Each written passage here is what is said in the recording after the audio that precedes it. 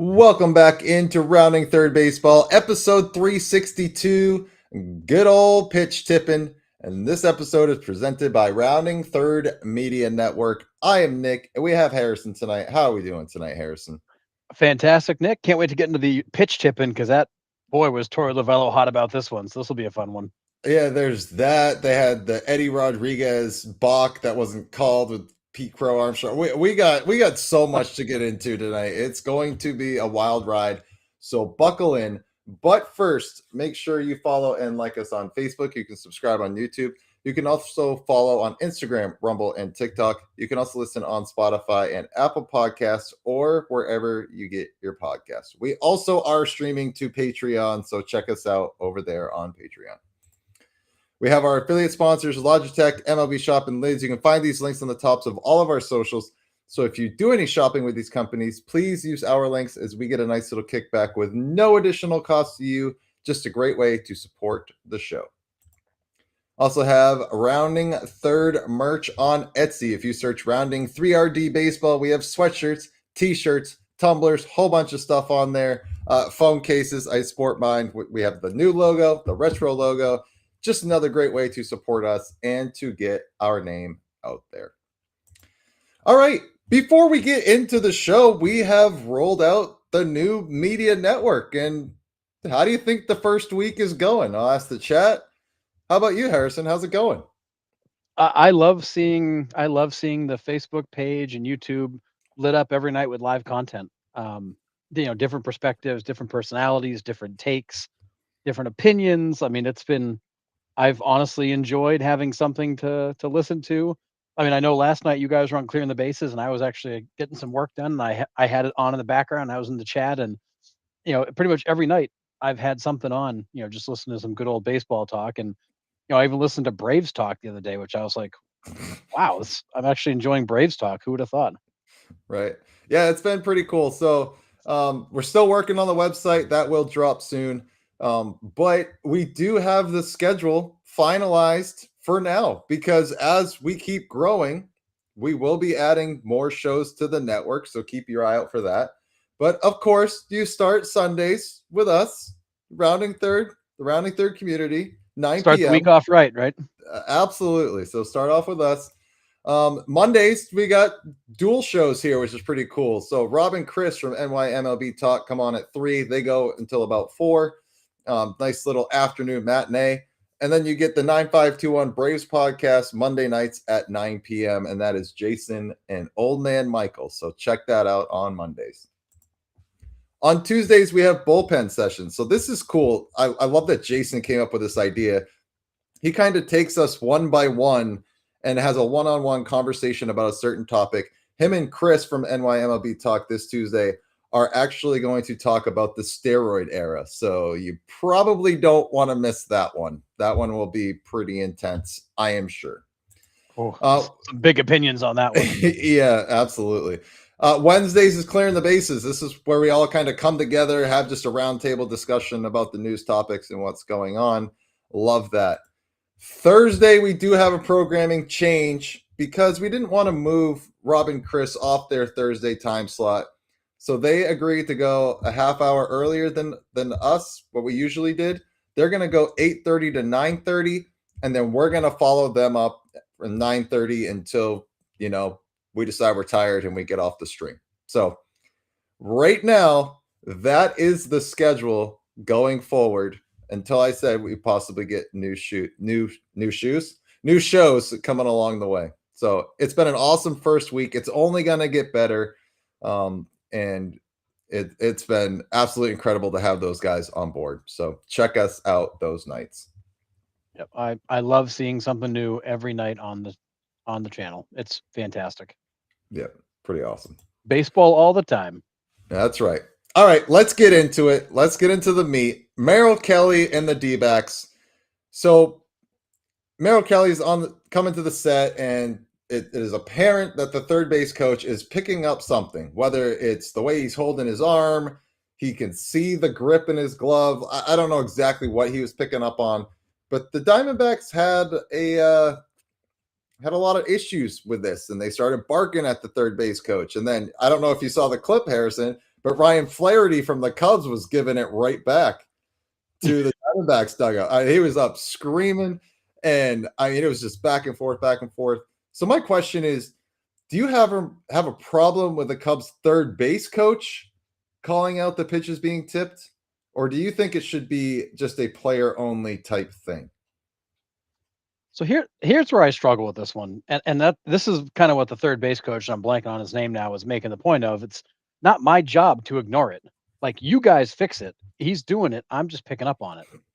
Um, I am totally okay with a coach or a player relaying tipped pitches, so long as they're not doing something to find them that they wouldn't normally do. So a third base coach was in his box, just kind of leaning a little bit, and was able to see into the glove, and was able to tell the guys what was coming. Again, like, he's not going to ignore that. Why would you? And he wasn't going, like, out of his way to find it. And that was his point to the Diamondbacks: is, you don't like it, fix it. Like, Right. I shouldn't be able to see what he's throwing, but I can, and I'm not going to pretend like I don't. So I have a problem with it when guys are going, like, out of the way to try to get it. But when it's that blatant, and this is a veteran in Merrill Kelly, like, this is not a guy who's brand new. This is a guy who's been around the league a long time. He knows better than to flop his glove open like he was. I'm not sure what that was all about, but if if if somebody's doing what they normally would do and they happen to see the pitch, you can't ignore it, and I don't blame them for sharing it. Yeah, my third base coach in high school, we had catchers in our league in Maine that would hang signs all the time. Like, down below Oh, their legs so you could see them. So our third base coach was like, "Hey, if I say your first name, if you want to know." Some batters don't want to know, which is weird, but he said, if I say your first name, like, "Hey, let's go, Nick." It's a fastball. If I say, "All right, 8, let's go," says my number, it was something off speed, right? And that's what we did. If you're going to hang them for us to see, we're going to take full advantage of that. Right? Absolutely. So, yeah, again, highlights. like, it's not my job to ignore what you're doing. It's my job to tell my guys what I see. Right. Highlight says the Merrill Kelly thing is much ado about nothing. It's how baseball is played. Yeah. I Yeah, mean, the way to fix it, like you said, Torey Lovello calls time. He goes out to the mound, or he sends Jeff Bannister out there to be like, "Hey, fix it, Merrill. Let's go, yeah. dude. Stop. What are you doing? What are you doing, man?"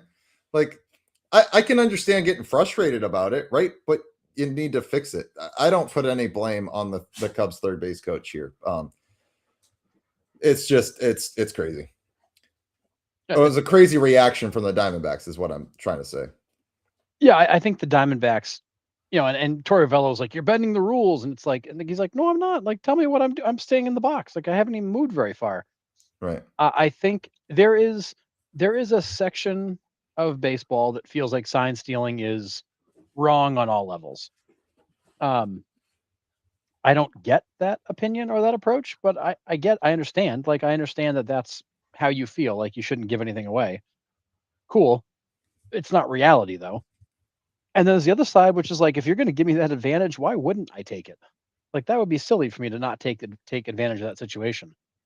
Right. Um, and it's not on me to to make it not your problem. Like, you guys need to fix this.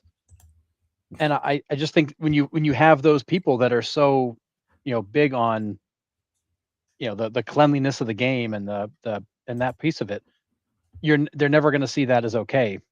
And I think that's where Lavello falls. He's an old school guy, and he's just like, you can't do that. And it's like, well, how can I not do that? Yeah, right. Yeah. Michael, plain and simple. Hide your grip. It's on Kelly. 1,000% Yeah. it is. Yeah, F bombs flying back and forth between the dugouts. That was the most entertaining part of the whole Yeah. thing. And then Scott saying, "Been part of the game forever." It has. It has. If they're not doing it electronically, I have no issue with it at all. Right? If he's relaying it to a buzzer that the player's playing out, Jose Altuve, then yes, I have an issue. Right? But like Highlight said, it's much ado about nothing here. However, let's get to later in this same series. PCA is on third base. Eddie Rodriguez is on the mound. He starts his windup as PCA kind of takes off, like, few hard steps towards home. Eddie Rodriguez takes his step, starts his windup, and then mid windup steps off the back of the rubber and throws it home because he thought PCA was stealing. that is a balk. Yeah, yeah. The umpires missed it, and it can't be reviewed, which is crazy. Why can't that be reviewed? Because it's a I've never judgment understood call? that. Yeah, I think it's because it is truly a judgment call kind of in the moment. But I've never understood why they made that something you can't review because you put that on film, it's gonna be pretty easy to see if you missed it. And a lot of those balks, like there's a lot of nuance to the balk rule. Like I've heard very few people actually explain clearly what a balk actually is. Um, and I think that because of that, it'd be a great thing to review because Right. it is such a nuanced, it's such a nuanced rule and it's so nuanced in how you call it, when you can call it. I feel like not making that reviewable is kind of silly because it's one call, if anything, that really deserves to be reviewed. Yeah, I mean, a left-handed pitcher, we all know the 45-degree angle, but like we don't have a protractor out there. So how can you really tell like if he's stepping off at that 45, right? But this one was blatant. I mean, like I said before, I'm a huge D-backs fan, but this was a balk, right? I mean, this was pretty blatant. We start our windup, and then the middle of the windup, we step off the back of the rubber to throw home. I, I It mean, it PCA feels has like it feels like a textbook balk. Like it really yeah, did. yeah. Ryan says PCA is such a diva. I'm morally obligated to say that. Carry on. Yeah, four people Oh, on the planet can describe exactly what a balk is. Yeah, right. CB Buckner, Angel Hernandez, Oh, yeah. yeah, Yeah, for that's the sure. counsel I go to for advice. I Yeah, mean, it's like describing a catch in the NFL, like, nobody actually knows the rule fully, but they all have, like, their own interpretation of it. yeah, for sure. But either way, words were said there. I mean, tempers were just flaring all over the place in this series. It was pretty entertaining to watch. So to cap off that series, Ryan Waldschmidt with his second walk-off home run this season. First against the Dodgers a few weeks ago, this time against the Cubs. I ask you this question, Harrison. If the Diamondbacks sneak into the playoffs, is anyone going to want to play them? Brr. Um, I mean, I don't think the D-backs one of those teams, I don't think anybody's afraid of them, but I don't think you feel comfortable against them because they have this way of hanging around, and they're a team that can hang a crooked number fast. They're also a team that can go 7 straight innings without a hit, and then all of a sudden erupt too for a bunch of runs. So you just never know what you're gonna get from them. I to me, they're like a wild card, not in the sense of like a wild card playoff position, but a wild card in the sense you don't know what the hell you're gonna get day to day. Yeah. They could come out and be completely trash. They could come out and put 20 runs on you. They could get 7 hits and score 5 runs all in 1 inning. Like, you just never know what you're gonna get with them. They're so volatile, but I think that makes them a little bit dangerous. So, are teams afraid to play them? Probably not, but are they a comfortable matchup? No, because you're always waiting for that, like, where is the spark gonna come from that changes the direction of this game? Yeah. And it's someone different that usually Yeah. provides that spark, especially with I like this Kettle One Marte out. Right, and we don't know the status with him, but the D-backs at this point seem to have almost moved on from him. Like you don't hear after they had the feud with them, and they kind of came out publicly. Like they don't really care. They're going out to play baseball. That's what Yep. I like the mindset of this group and Torey Lovello for sure. But yeah, Michael, can they play the Dodgers? I hope so. Yeah. The Diamondbacks have the Dodgers number for whatever reason. That's a tough matchup for the Dodgers. I like the D-backs against them, but Yeah, we'll see. they oddly play the Dodgers tough, and, I think there's just certain teams, and we see this every year. There's certain teams that match up better against other teams, and sometimes it's a complete surprise. Like I remember all the years like the Red Sox would play the Yankees super tough and then get smoked by the Orioles who were in last place Yeah, every season, and we're like, how? How do you play the best team in the American League so tough and then get embarrassed by the Orioles series after series? Like it makes no sense. But there's just some matchups that just seem to work. yeah. And I'm hoping, selfishly, that this is one of them. But they got to get the job done and Yeah. get into the playoffs to begin with. So pretty Yeah, and cool. the Kettle One Marty. Distractions got to go away. They got to figure out how this is going to end. Agree. Yeah, bring out the brooms against those Dodgers. Any team at this point. Uh, Any team. yeah, I don't care who it is. Anybody that can beat them. Yep. All right, Harrison. News dropped today. The latest proposal from the owners and the response from the MLBPA. Now, the owners came out and they want to put a window in for free agent signing, which honestly, we have talked about that before. We're like, hey, like there's no excitement really around the free agent market. We're waiting forever for these guys to sign. Like, tighten up the window, right? Like, give them a time where they can sign. So the owners propose, what is it? The first day of winter meetings, they can start to officially sign until the first Monday in February, I think I read. So you got 2 Yeah. months to get you got 2 months to get a deal done, right? Yeah, and you can be talking to players before then. You just can't sign any deals until that day. Right, right. And then the MLBPA comes out with their typical crying response, and I am fed up with it. You had all this Dodgers information come out where, maybe the players were starting to get some leverage. They found some dirt on the owners. And then they release a statement like this. And in case you haven't heard it, here it is. So, apologize for the droning on, but here's the statement from the MLBPA.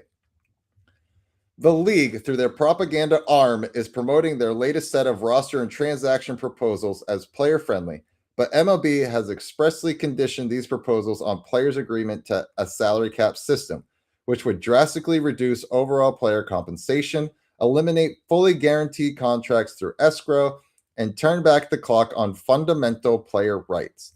Their latest efforts to establish an artificial free agency window subject to a salary cap would reduce player leverage and create a game of musical chairs pitting player versus player.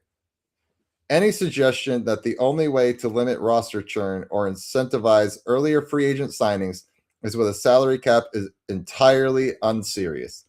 Players have proposed changes that would actually address these priorities, but unfortunately, the league is not interested in any changes that don't directly undercut players and shift leverage to the owners.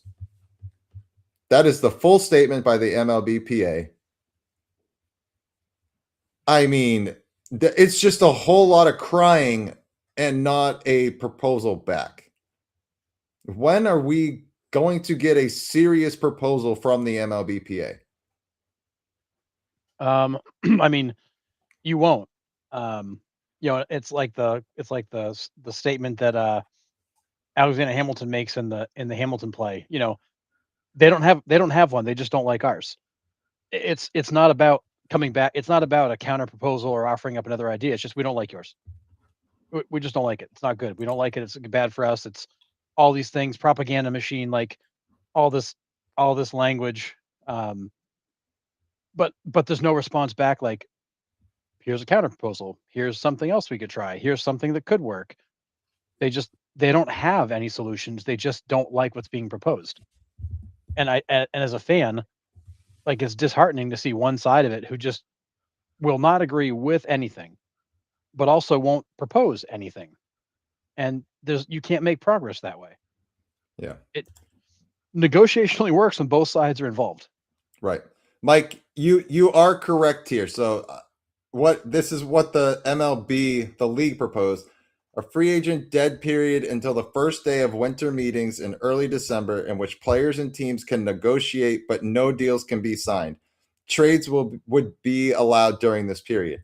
Free agency would open the Monday the winter meetings begin and would close December 21st. So it's really just a 2-week window.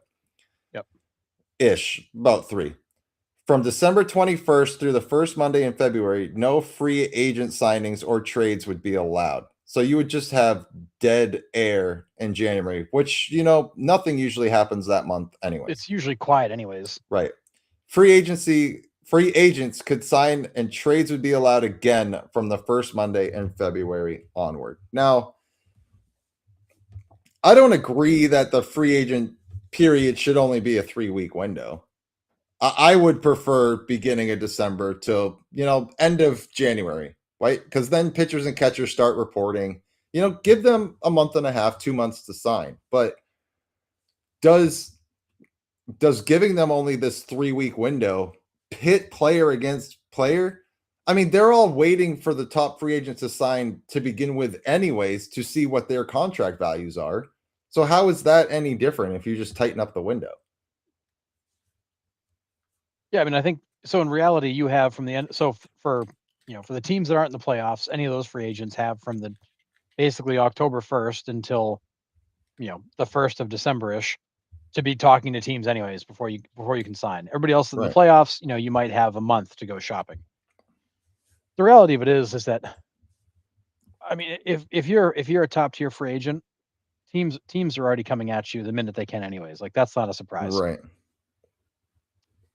It's when you have these big ticket free agents that just hang and hang and hang and hang and hang and hang and they sign in February when because they've dragged out as long as they can. They're trying to see everybody else sign. They want to make sure they get the biggest contract. Um, as a fan, it's annoying to not know where these players are going to go. But also as a front office, like when you've made an offer to a guy and you're like, I need to know because I've got to go build the rest of my roster. I can't keep waiting. I think you have teams drop out that say, well, Yeah. I can't wait any longer. I got to build a team. And then all you end up doing is you keep shrinking who they can sign with, and then they take an offer. I think this actually works to players' benefit because you're going to get the best offers out of teams sooner. They don't have time to screw around. Right. They've got a month to talk to you and 3 weeks to get you signed. It's gonna turn into what it turns into is not this like slow. It becomes a friggin' auction. Right. Like you're turning free agency for these top tier guys into an auction where it's going to move fast. Offers are going to come in fast. Teams are going to be, if anything, you might be pitting teams against each other versus players. Agree. And so I think the MLBPA always falls back to well, how could this go wrong for me? Without seeing the other side, where you're going to force front offices to make really fast decisions and really strong offers because they only got one shot. Yeah, And and I like think you that's what's said, missing. they have 3 months to do it. As soon as the season's over, they can start talking to teams if their contract is up and they're not in the playoffs, right? I mean, yeah, I'm gonna start getting on the horn. Hey, Boris, get on the horn with the Yankees. Get me the Mets. Like, let's see what we can do, right? I mean, I think 2.5 to 3 weeks, whatever that time is, there is a little tight. I would like to see that maybe a month, but I don't hate it. But what I hate is that the MLBPA is not negotiating. They're just saying, no, I don't like E. No likey. Okay, well, if you don't like that idea, then be like, hey, we should have the entire off season for free agency. Like, come back with something instead of just saying no. It's a one-side negotiation right now. And I get this highlights. Nothing will happen until next year. All the posturing will continue for the next several months. It's like a Christmas present from MLB. I think the owners and the MLB side see the possible writing on the wall that if we don't get this done, baseball could be in trouble. And when the MLBPA is not coming to the table with anything, what do? Do you back off as the owners and just be like, hey, like, we need something out of you? Like, what do you guys want? We're just kind of like, I've said it before, like shooting in the dark here, trying to see what lands because we have no idea what you guys want. I don't know what they want as a fan. Do you? I have no idea. All I know is what they don't want, and they don't want anything that's been offered. They want just. Well, actually, I do know what they want. They want every nickel they can get out of the owners. Other than that, I don't think they care. Yeah. They want everything to be on the player side, everything to be for the player. They feel like the players are the game, and the part they're missing is the players aren't the game. The game is the game. Mm-hmm. The game was around before you guys. The game will be around after you guys. Whether you're part of it or not is entirely up to you. Yeah. And if this is how this group feels, I'm perfectly fine watching replacement players next year. Guys that actually care and want to come out and play hard. I'm tired of the prima donnas and the superstars and I need my suite and I don't sign autographs and I don't take pictures. Like I'm tired of that crap. Yeah. I'm so tired of it. Like I miss the days when you had players like Joey Votto, that would actually like embrace the fans. Like they were good ambassadors for the game. Most of these guys do not care about the fans at all. Yeah. Don't. It was no, not at all. Joseph, the MLBPA hasn't had a legitimate thing to stand on since the end of the collusion in the 80s. Yeah. Mike Reed, when the owners send a serious one, every proposal from the owners is about limiting money spent on players.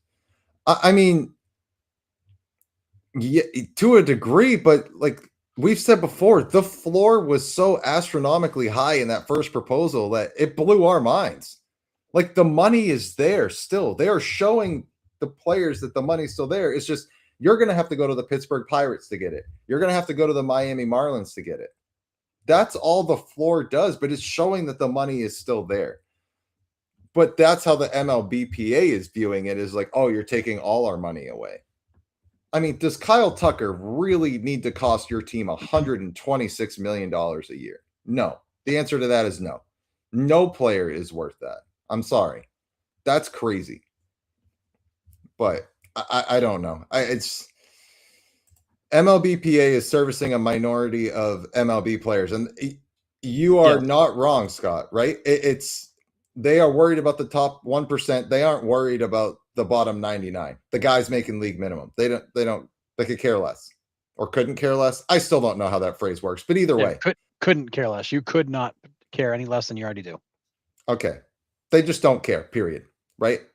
They want the top dollars. It's all about the 1% guys. You're absolutely correct. And honestly, like when you read Bruce Meyer's statement and it's an unserious proposal and it's the propaganda machine, like, dude, I mean, the MLBPA has become a circus. They just pop up the tent and play the music. Like your responses aren't even legitimate. Like your response is that you view this proposal as unserious and it's being run by MLB's propaganda arm. Like, are we back in like the Cold War? Like, what the hell are we doing here? The propaganda machine? What propaganda machine? And that's your only response, is the fact that like you don't like the fact MLB is getting support by what they submit. So you're calling it a propaganda machine? Like, tell me you're losing the PR battle and you know it without telling me you feel like you're losing the PR battle. Like, it's ugly. And the responses are just outright stupid. The language is pathetic. It just reads crying. That's all it reads. All I can picture is that Michael Jordan crying face meme. Yeah. We have nothing, so we're just gonna bitch about it. That is all the MLBPA is answering with, and it's frustrating as heck. Ryan says, makes me smile that Tucker is basically robbing the Dodgers. Yeah. And Joseph, I made this point in our group chat earlier. The other 3 leagues have a salary cap. Their players don't look poor to me. Listen, even the guys that are making league minimum, which fine, you want to up it to $1 million, up it to $1 million. I don't care. Sure. Go for it. Right. You guys can have that. Whatever. If that's not enough money to live off, you need to get some help. You need to get some financial help, because $1 million is life-changing to me. It's life-changing to everybody in this chat, I would imagine. Right? Like, it's just that part, they're so out of touch. They're already making so much money. Even, like I said, the bottom 99% of the guys, as soon as you sign that MLB contract, boom, league minimum, right? If you can't live off that, you have personal issues. It's absolutely wild. Wild. But Nick, I can't afford my Lambo. Sorry, change it in for a Range Rover. I mean, like, what? It's crazy, man. I just don't get it. Don't get it. Marty says what the MLBPA is doing is compared to socialism, where they feel they collectively own the fruits of the production. Yeah. Yeah. And that's exactly the point I was trying to make. You know, the players are trying to make it seem like they are the game, but the game is the game. The game survives without them. The game goes on. Yeah. And honestly, like, I feel like the players are putting themselves in a position where you're going to make MLB look long and hard at that union and just be like, we could probably survive without you guys. It may not be as good. It also wouldn't cost as much.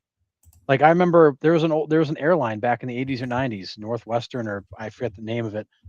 You know, they had their pilots go on strike. They said, fine. They hired all new non-union pilots and kept going, and the union crumbled. Yeah. We'll find other pilots. Like, we'll find other ball players. There's a minor league system full of them. There is hundreds of guys that would kill to have your spot. We don't have to have you. We'll find the next superstars down there because they're coming anyways at some point. What would the fallout be of that? You would Oh my lose God. almost every single MLB player, right? You would. At that You point? if you locked out the union, didn't invite him back, yeah, you'd lose every MLB player. Unless what you would end up having is at some point you'd have guys that would leave the union and come back. But yeah, you would potentially lose every MLB player. So it says MLB players cannot opt out of the Major League Baseball Players Association. The union is a legal requirement under U.S. labor law. So if it's locked out, If the what union's what if the union's locked out and is serving no purpose, you would have the ability, I believe, to bust the union. But as Joseph was saying, during the last strike, they actually federal judges were issuing injunctions prohibiting guys from crossing over because yeah. they had all paid their dues. They're all you can't like join the union and then like pay your dues. But oh, you know what? Forget that. Keep my money. I'm out. Like when it's a contract. Like when you every year when you renew, you're in for the year. So these Yeah, guys would have to sit there and watch baseball be played. yeah, it says mandatory for all MLB players cannot be voluntarily dropped, to your point. Um, opt-out clauses, optional contract provisions that let a player leave the remainder of their deal early, but not the union. So MLB players are forced to join the union when they sign that contract. Oh yeah, the MLBPA is got to be the strongest union in the world. Like period. End of story. Yeah. So I don't know then what happens. Do they just do that? At some point, can the MLB just be like, or will they actually just be like, yeah, we're good with you guys. Well, I would love. I'm sure that would end up in court and be a legal battle that would drone on forever. But it would be a hell of a statement to be like, you know what? Fine, take the year off, guys. We'll just run the minor leaguers up here and play the season. We don't need you. Enjoy your vacation. I think in the end, what's going to end up happening is that we're going to end up starting to cancel some games, and you're going to have a chunk of that union that goes, I don't want to do this anymore. Get me out. Get me off this ride. Put me back on the field. yeah, And every month, the percentage of players that wants to just get back out there is going to climb, and internally they're going to be pushing the union to cut a deal. And Bruce Meyer is going to lose all of his leverage from within when that whole system starts to crumble around them. Because not only is it a money issue, but if I'm, if I'm Aaron Judge, I don't want to miss any more time. no, I'm building a Hall of Fame resume. I want to go win a ring. I can't do that sitting on my couch while you guys argue about a contract. Like, get me on the field. yeah.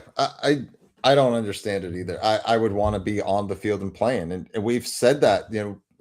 Aaron Judge's Hall of Fame case / legacy.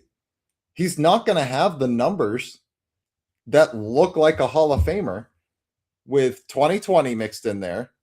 What was that? A month and a half of 2022, right? 2022, 2021. I don't know. Whatever the last one was. 2021. And then possibly a good chunk of this one. He's not going to have the. Is he still going to get into Cooperstown? Yes. I'm not Yeah. saying he's not, but you're going to look at his numbers and be like, yeah, 4-time MVP, great, but what else did he do? He didn't win a World Series. I mean, No, and goodness gracious. you're going to have the guys at the lower end of the pay spectrum that are like, great, you guys have money set aside. That'll be good for a little while, but like, I want to get paid. You're going to have the guys that are building legacy, the Aaron Judges of the world, the Giancarlo Stantons of the world that need to get back out on the field and put up a few more stats. And then you're going to have the guys that are getting towards the end that may realize, like, I don't have many more years left. I can't give one up for this. Like, I want to get on the field. Yeah. Yeah, I say it all the time, Harrison. MLBPA is more powerful than 215 nations. Well, and that's why Bruce Meyer can sit there behind his desk and write these stupid statements because, like, he knows MLB can't touch him. Like, these guys can literally do whatever the hell they want because of the power they've been given. Yeah.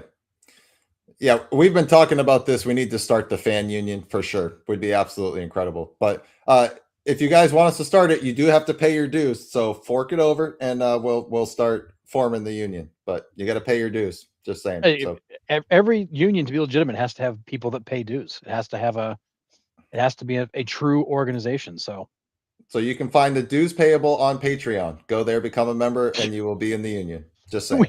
we should actually start a fan union, like a private group. It would be You know, awesome. pay your dues, join the group, Yeah, and then we can just go in there and solve all of baseball's problems. yeah. My mom asked if they do not agree and not play, will the players get paid during that time? No, no, the players do not get paid. So in this case, it would be a lock unless the players decide to strike first. It will be a lockout. No player gets paid. No player accrues any service time. So those guys that are, pre-arbitration or arbitration eligible, don't earn any service time to get closer to free agent. Everything basically stops and freezes. If What'll be interesting to find out is if the lockout goes an entire season, what happens to those contracts? Do those years just disappear? Do they get pushed out? So like if you're on a contract that expires next season, when baseball comes back in 2028, are you a free agent? Or does that contract still apply because everything pauses when you get locked out? I believe your contract just gets pushed out, but I don't know. That could be interesting too. You could have guys that lose a whole year and end up as a free agent without a chance because you can't negotiate in that time frame either. So Right. you could have guys that the lockout ends and they're free agents. They got nowhere to go. Yeah. Yeah, Michael, you are the president. You already paid dues. Yep, perfect. Scott says, I have a buddy with a kid in AAA, but on a 40-man roster. The kid is coming back from Tommy John and so disappointed about this. Player pushing young players to stick with it. Yeah. It's just Brandon says, so strike happens, players locked out. Use rounding third union dues, and we bring Aaron Judge on the show. Yep, 1,000% on it. Let's do it. Okay. Yeah, tough. So ultimately, Harrison, if you had to put a time frame on the MLBPA making a serious proposal, when do they do it? Are we talking February, March? I mean, like a full proposal, or just like throwing out like a random like we don't think gambling is good for baseball. Like I don't think you'll see a full proposal from the Players Association until you get real close to the deadline in December. Maybe you see something in October and November, but I don't see like a real serious full proposal from MLBPA until the fall going into the winter. They're going to run this thing right to the MLBPA still thinks they have all the leverage here. They think baseball can't exist without them. And so they're going to run the clock down trying to see if they can use that leverage against MLB. The problem is MLB is going to be fine.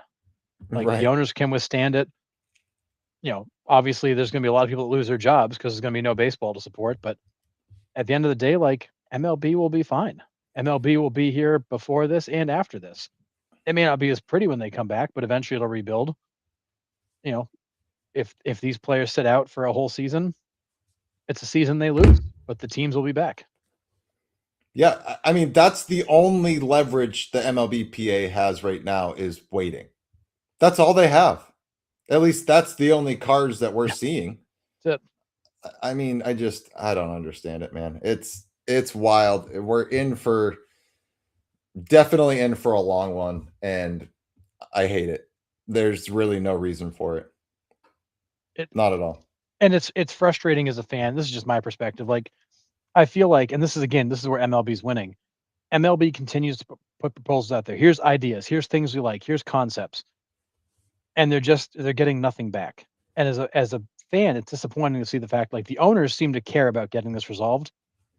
The players don't. The players are perfectly happy to march baseball off a cliff and make all of us pay for it.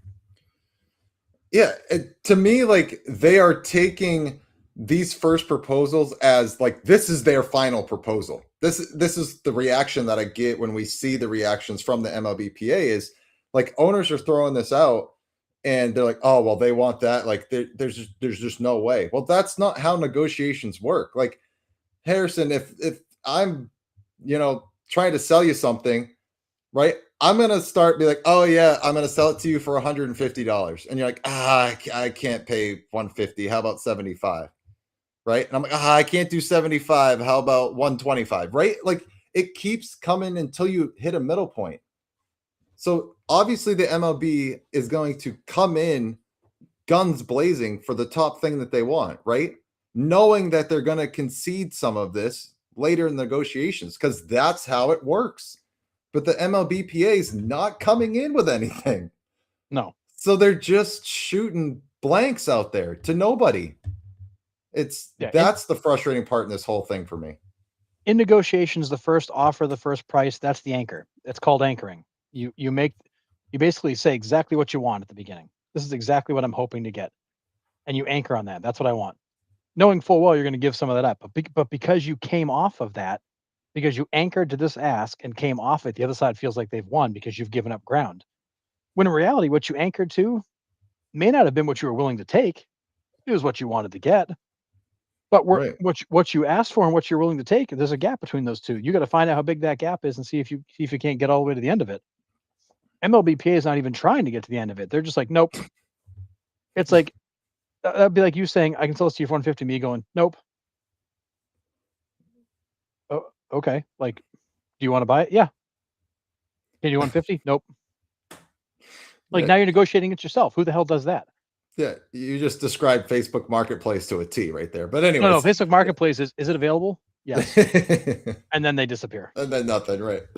Which is, I mean, pretty much what this is. It's MLB going into it's It's just it's the CBA Marketplace. yeah, it's bad, but obviously we'll keep an eye on this. And honestly, I didn't really expect anything else to come out from this until the end of the season. We had talked about, maybe these are going to kind of die down as the season is coming into the final month, which is crazy that we're already there. But do we see anything else? I mean, you're going to get little pieces here and there, but I don't think you're going to see any real substantive information come out until we get into the fall or the winter. MLBPA has proven that they don't want to. They're going to let MLB just keep talking, and that's where MLB is winning the PR battle in a huge way. It's like 10-0 MLB in the Yeah. court of public opinion. It's not even close. It's a slaughter right now because of that. Because MLB keeps coming back with things like offering up, hey, we like this idea, we like that idea. Here's a concept that works for us, and they're just getting nothing in return. And I think fans are seeing right through the MLBPA's stance as you guys are not interested in negotiating. You just want to hold the game hostage because you think you can. Yeah. Sillick says players are a bunch of prima donnas nowadays. If it was the players from the 90s lockout, then I really think they'd get a deal done, but not these days. New age players and who think they need more and more. Well, I think MLB needs MLBPA needs its daddy to get his belt and set him straight. Jeez. Man, crazy. But yeah. Like I think back and granted, like the world has changed. Social media and everything media wise is instant now. Like in '94, like you had a fair amount of like public, kind of bantering between the league and the Players Association, and you even had some court stuff happen. But that was more like the union trying to get its own people in line. Like it wasn't against MLB and the MLBPA. It was the Players Association trying to keep their guys from jumping ship from the cause. But like I don't remember it being so one-sided. Like it was contentious, sure. But like both sides were talking. Like there was a dialogue publicly, and then obviously behind closed doors too. There's no dialogue here. None. This is just here's an idea, no. Here's an idea, no. Here's an idea, no. There's nothing productive here. Like there's no reason for us to believe anything is moving forward. At least back in like '94, even 2021, and Bruce Meyer was that point person for the negotiations in 2021. Like the Players Association was not like super helpful in 2021, but they weren't so determined to do nothing. Like this is a totally different turn for the MLBPA where they are just so set against anything. Like I feel like they're never going to agree to anything because they just don't want to. Like I don't feel hope. Like as a fan, I don't feel hopeful this has resolution. I feel like they're going to take their ball and go home, and that's it. Yeah. It's not a fun position to be in. That's for sure. Yeah, I But don't in 94, in 2021, in what was the other year? There's another one in between there. yeah, Like there was hope. There's hope that get the CBA resolved. I don't feel like I don't have hope as a fan that we're not no, going to miss at least. I don't see there being baseball before the All-Star break next year. Like no way. not We're at so this far point. off. Yeah, it's crazy. All right. Well, let's move from that one and let's get to this one, Harrison. Jeff Passan, the Dodgers, and community notes. So Jeff Passan is facing backlash from fans this week due to an old tweet saying that other teams can spend like the Dodgers. Fans showed the receipt and then he deleted the reply. What's your reaction to this if you have one? My, my, I mean, all right. Jeff Passan, I think he's a fine baseball guy. Not a great base. He's fine. Like he's fine. Um, I think he wants to be like this big wig insider. But let's be honest. He works for ESPN. He's the only baseball guy they've got left. When the phone rings, he's the only guy that answers it. Um, he's not Adam Schefter of MLB. Let's be serious. Right. Um, I think Passan is a perfectly fine baseball guy, but his opinions change with the wind. Like if you followed Passan for any length of time on ESPN, like that he very much panders to what's popular because he needs his articles to get clicks and he needs to be relevant. And I think he just floats in the breeze with whatever is going is going that direction today. So like this doesn't surprise me at all. Passan was very supportive of the Dodgers for a while there, and then when he saw where it was going, he stepped back and he's like, "Whoa, they're ruining baseball." I just he's an empty suit that does a bunch of reporting for a network that's barely hanging on to baseball, and he's the only guy left. Like I hate to use my analogy, but he's the tallest midget. Like that's where we're at. Is that it's a very low bar at ESPN, and he's just trying to stay relevant. Yeah, I mean, eh, I don't really have an opinion on this. I don't really care that much about it, but for those of you that don't know what community notes are, it is a group of people, users on the platform that can send in notes saying it's misinformation. So he got hit with that hard on X. So I don't Yeah, know what that does for him going down the road, but if he keeps putting out misleading information, does he lose that platform on X? he could, and that's on like think what you want about X. Like I'm not an active X user because it just doesn't. It's not my jam. That's the one thing that X is really good at. It is very much an open platform. Speak your mind. But if you're out there spitting nonsense and lies, like it gets shut down fast. Um, you know, Mhm. Meta doesn't have the cojones to go in and make that kind of a ruling. They'll shut you down for random stuff that the AI picks up. But he um he could very easily get shut down on X if because now people are gonna like now begins like the canceling of Jeff Passan. Like people are gonna report he's gonna get everything reported now. And so it's like this snowball effect. Well, this is just the start of it. People now the problem is he's now lost that trust with the public and he's now basically spoken on both sides of his mouth. And for I think the end I think his end is near because people will just continue to dump all over him. Now, to play to come to his defense maybe a little bit, he obviously didn't know about how the owner was shifting around the money to afford the payroll and all this stuff for Chelsea and all the stuff the guy's paying for, right? He probably didn't have the details there when he said, "Oh yeah, other owners can do this," right? And he did say it a while ago. It's not like he said it last week and then this came out, right? Like he did say it a while ago. Mm. But does that just show you how out of touch he actually is? And like you Well, said, he's just more of a mouthpiece than anything else. yeah, he's not really an insider. Like I again, like Passan is not Adam Schefter. Adam Schefter knows what's happening in football before football knows what's happening in football. I mean, that dude is so plugged in, it's frightening. Passan is not that. Passan is getting the press releases, and then maybe they take his phone call when he has more questions. But like he's not an insider. He's not on the, front offices are not calling him to break news. He's not talking to players to get the scoop. Other sources aren't dialing up Jeff Passan. He's not that kind of guy. So I think he's very much like us, living on the feed, like what's coming out in the news, and he's got better sources than us, but probably not significantly better sources than us. The only thing he's got working for him is that he sees it before it gets released to the public. But otherwise, he gets the same news stream we get. He just gets it like a few hours before us. There's no inside scoops or inside knowledge with him. He's just regurgitating what's coming across his desk. Yeah. So we'll see what happens there. I mean, the Dodgers thing's still a mess. They're still under investigation. I don't know that much about it. You're more of the business guru there, but I don't think it's really anything's changed since we talked about it last night on Clearing the Bases. So we'll see. I think the most important thing in all this is that the fans that trusted him as a legitimate reporter are now looking at him going, wait a second. Like, you are just a mouthpiece. Like, there's nothing about what you do that's unique or special.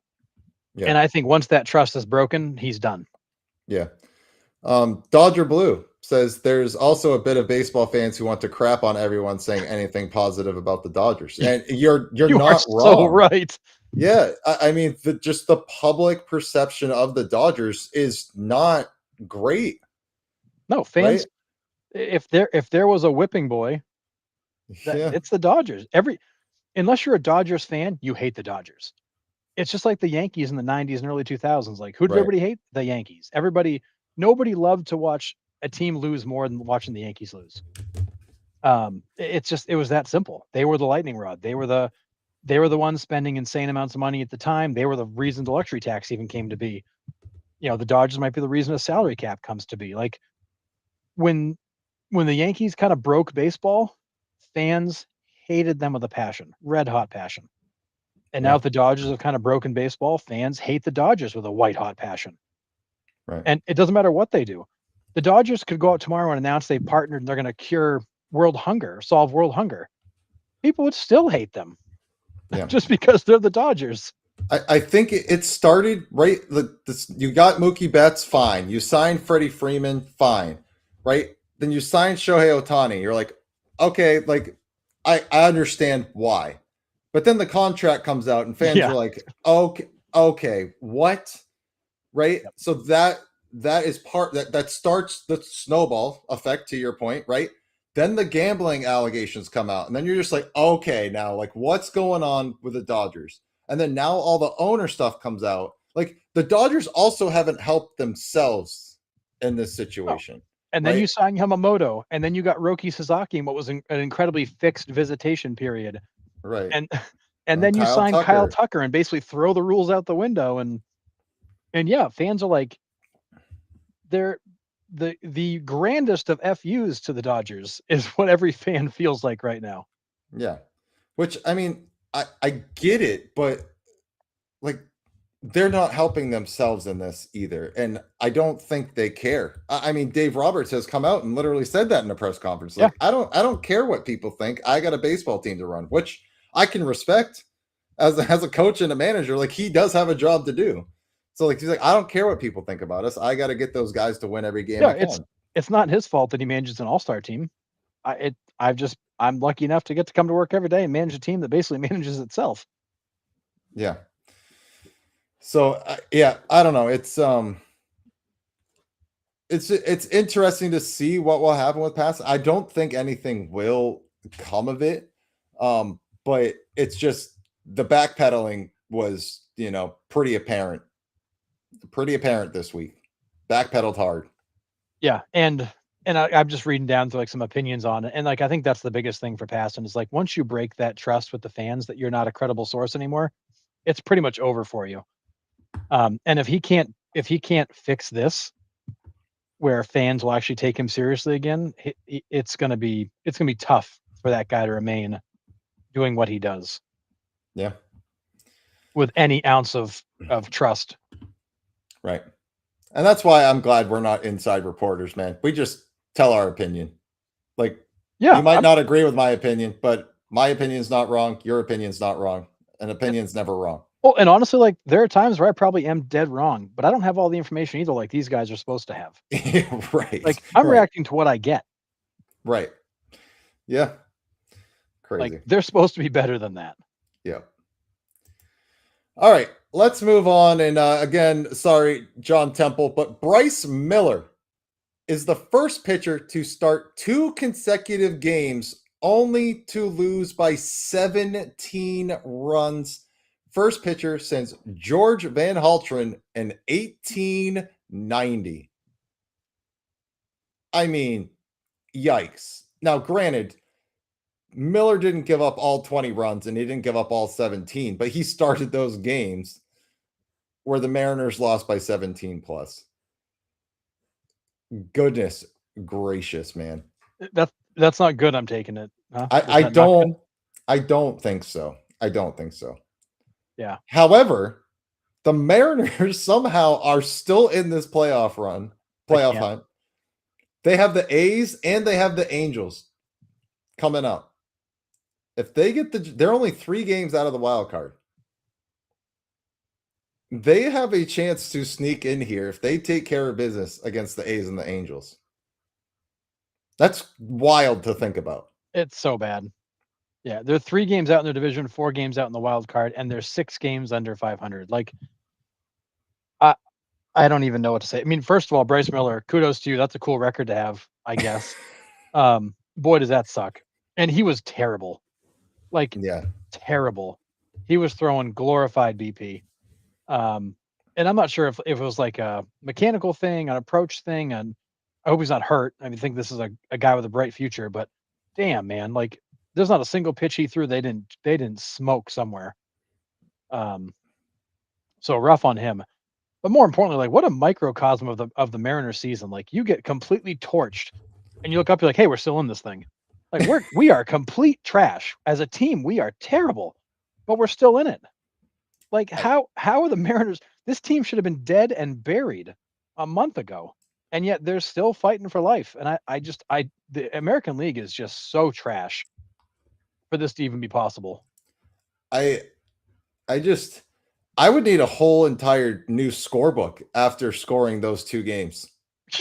Yeah, I just a mean, page like, that like folds out to another page. yeah, man, holy cow. I just like it's wild that the Mariners have been playing like they are and still could possibly get into the playoffs. It's just wild. It's one of those baseball anomalies that we're not going to be able to understand. Now they still have to go out and get the job done. They have to score runs.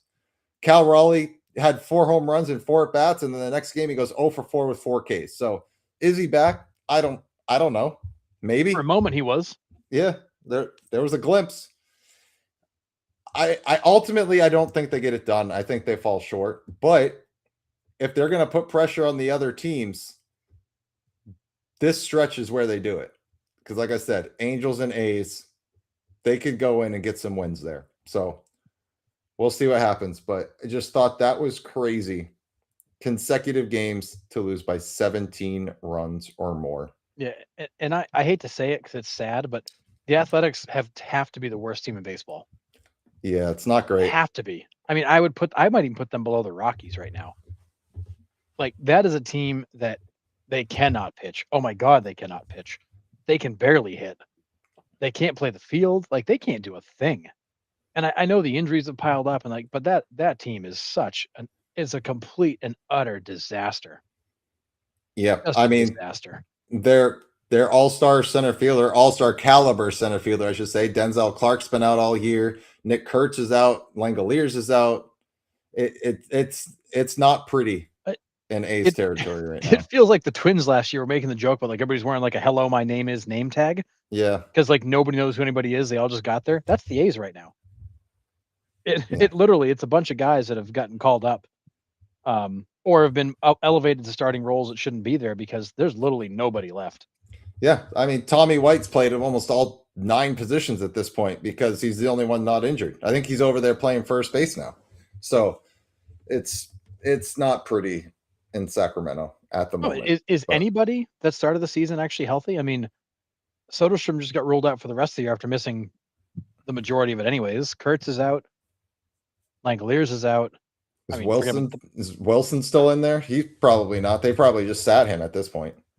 I feel like the last time I watched them play was a week or so ago, and I don't think I recognized many of the names in the lineup. Yeah, Like, who are all these guys? Lawrence Butler, I think, is the only one that's still kind of original there. And Pretty Jeff much it. McNeil. Jeff McNeil. Yeah, So, if you're hanging your head on Jeff McNeil, you're in trouble. yeah, for sure. All right, let's get to our Red Sox here. A couple bright spots here. Jarren Duran wakes up, grand slam, top of the 11th to beat the Marlins. 17 RBI in the 9th inning or later, which leads the majors. Now, that's kind of a crazy stat because Duran's had overall a down year. But to lead the majors in 9th inning or later RBI says that this guy is still valuable, right?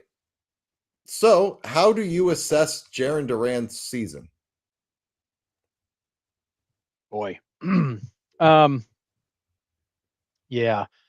I'm not as positive on these numbers as I think people want me to be, because sadly, because of how he's played this year, Duran has hit towards the bottom of the lineup most of the year. He's had so many opportunities with guys on base, so many opportunities that he's blown. And so, Earlier in yeah, the it's one games, of those, yeah. Mhm. it's one of those things like, yeah, even a blind squirrel finds a nut every once in a while. When you get that many opportunities, like, you're bound to cash some in.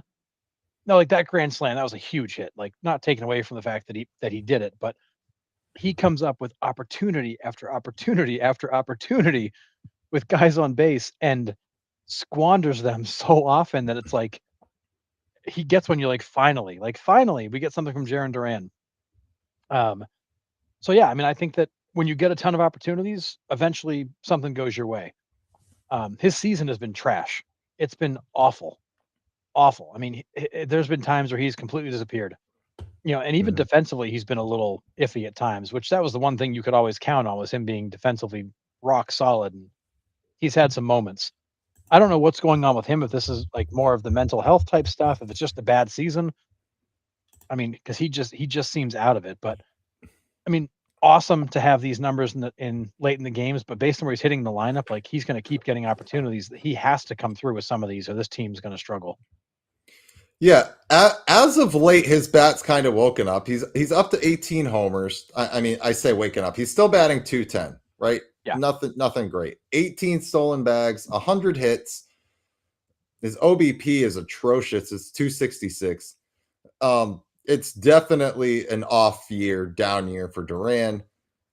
But I think he's just a piece. I don't think the Red Sox necessarily need him to be, the MVP caliber player he was in 24, right? Because there's other pieces. They play as a complete team. And listen, his speed, even if he, grounds out, his speed still puts a lot of stress on the opposing team, right? He hits a single, he thinks it's a double out of the box every single time. I still Yep. love the way he plays because he puts added stress on a team. But I agree with you. Like, even with these 9th inning or later numbers, it's great, but it's kind of a tough year for Duran for sure. But And I'll take it if the Red Sox are still winning games. well, and I think to me, his stat line reads as a guy who's trying to change who he is because he wants to get paid. And I look at that because of this. One, strikeouts are up. Strikeouts are way up.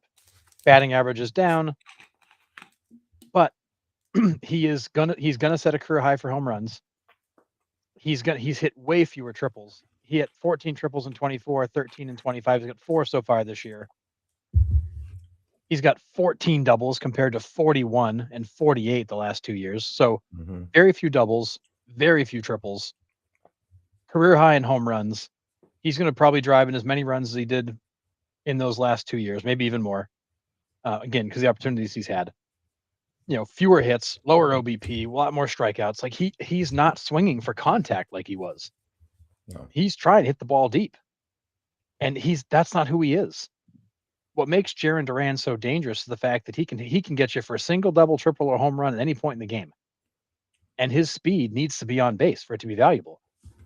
Because the trade-off in all that is that his stolen bases are also down. Now, he may end up where he was last year, but he won't get anywhere near where he was in 2024 because he's not on base enough. Right.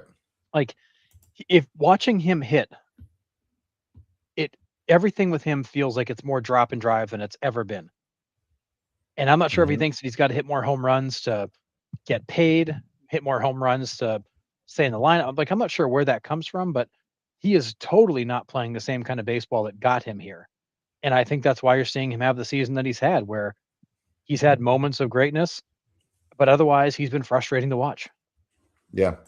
Silic says Contreras, Adley, and Anthony are supposed to be their big guys now, but with Anthony out, they need someone or everyone to step up, which they collectively have done well so far. They have. Anthony's supposed to be back. Story's supposed to be back. I don't know where they play. Yeah. Where does Story? Do you say Andrew Monasterio for Trevor Story? I don't I mean, know if you can at this point. I wouldn't because I just don't like. I'm sorry, Trevor Story, but we're playing better without you. Sorry, dude. Monasterio's been an extra base hitting machine for the Red Sox this summer. Yeah, I mean, I don't know how you sit him. you don't normally lose your job to injury, like permanently lose your job to injury, but Trevor Story might have. But it's also his track record of injury. Like I Right. wouldn't run Trevor Story back out there for fear that he's going to be back out in 2 weeks and I got to reshuffle the lineup again. Like it's almost tempting to be like, dude, just take the rest of the year off. Like we're good. Yeah. It will be interesting to see where they play. However, Mickey Gasper, he had 2 home runs against the Marlins Tuesday night. Who, you ask? Mickey Gasper? Who's that? Anyways, he has 5 homers on the season since he's been up.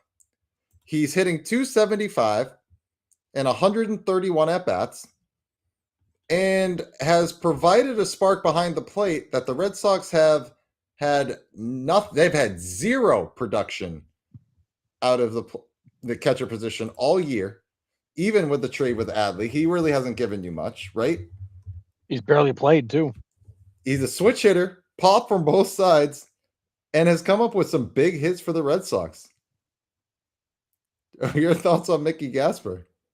I mean, when they called him up, I was like, who? Like, who did they call up? Who is this guy?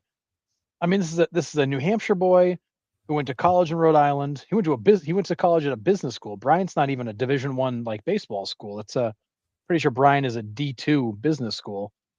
Talk about a guy who like had to pull himself up through the ranks. He's 30 years old. He's been around a little bit, but not much. And he's absolutely like at times it feels like carrying this team when they needed it the most. I mean, this is one of those guys like I think of the old days like a Brian Dawback. Like you ride this thing till the wheels fall off, and then when the wheels fall off, you got to real quickly make a change, Right. because you're gonna when Mickey Gasper is gonna finally show you who he really is, and you've got to believe that and make the pivot. But until now, you ride him as far as you can. That's when the Red Sox teams were good, was when they just rode the guys until their hot streak was over. Then it was like, okay, next man up, right? Very much the New England Patriots kind of mantra, if you will, right? It's like, okay, listen, you're hot. You're not coming out of the lineup until you go 0 for 4 for 2 games, and then we'll switch it out. Somebody else will get on a hot streak, right? And this just might be it for him, but or maybe he's just standing out because we've literally had 10 hits out of the catching position all year. But Yeah. it's been a nice surprise. It's been pretty cool to see a guy like this to come up. So love it. And I think people ask what's the big difference between Alex Cora and Chad Tracy? Like why are things working out under Tracy versus Cora? And I think it's exactly what you were just saying. Used to drive me crazy. A guy would go 5 for 7 and Cora would sit him down because it's a lefty tonight and it's a bad matchup. If you're 5 for 7 the last 2 games, I'm not taking to the lineup until you take an offer. Like I don't care if the guy pitches from his knees. Like you're staying in the lineup, pal. And Chad Tracy does that. Like he puts guys in, and if they're hot, he leaves them in. And kind of, matchups be damned. If you're red hot, you're staying in. Yeah. And there's some games these guys have started. I look at the Monasterios of the world and Mickey Gasper is like they're starting again in matchups you normally wouldn't put them in. But because they're playing well, he's letting it ride. It's like, hey, it's Yeah. working. Don't mess with it. Right. And I Yeah. think that's the one thing that Tracy's done is he's just let the guys play ball. And if you're playing well, you keep playing. If you're not, you take a day off. Yeah, exactly. Mike said the Sox took him from the Yanks in a minor league Rule 5 draft a couple of years ago, traded for Moran last year, then re-signed him this offseason after the Twins DFA'd him. So Yeah, he was terrible in Minnesota, like terrible. yeah. So hey, we'll take it for sure. All right. On to Mason Miller. He surrenders his first home run since August 5th of last year. Is he in the discussion for one of the best shutdown closers ever? Now, listen, I know he doesn't have the numbers, right? But just his dominance and what you've seen so far, is Mason Miller one of the best closers you've ever seen? I mean, obviously, yeah, there's no body of work here to judge him on. Mariano Rivera would like to have a chat about shutdown closers, but in terms of stuff, I mean, he might have the best stuff of anybody I've seen aside from Mariano and then peak Eric Gagne. And we all know what happened to Gagne with the fall off because of injuries and all that. But Eric Gagne in that stretch, I think his stuff is better than the Sandman's. But yeah, I think Mason Miller's in that elite company of he has stuff that is so electric and so elite that if this guy just closes games like the next 10 years, you're gonna look up and be like, wow, damn, like this guy's going to the Hall of Fame. And might be in that conversation around, could he be one of the best of all time? Because when it comes to stuff, yeah, I think you'd have a tough time finding a handful of guys with better stuff than he has. He just needs the body of work to make that argument, but he's definitely having one of the best closer seasons I've ever seen. Yeah, it's crazy. Yeah, and Silik says not yet, but on his way. Michael's right with you. Body of work isn't there. ... Yet. Yeah.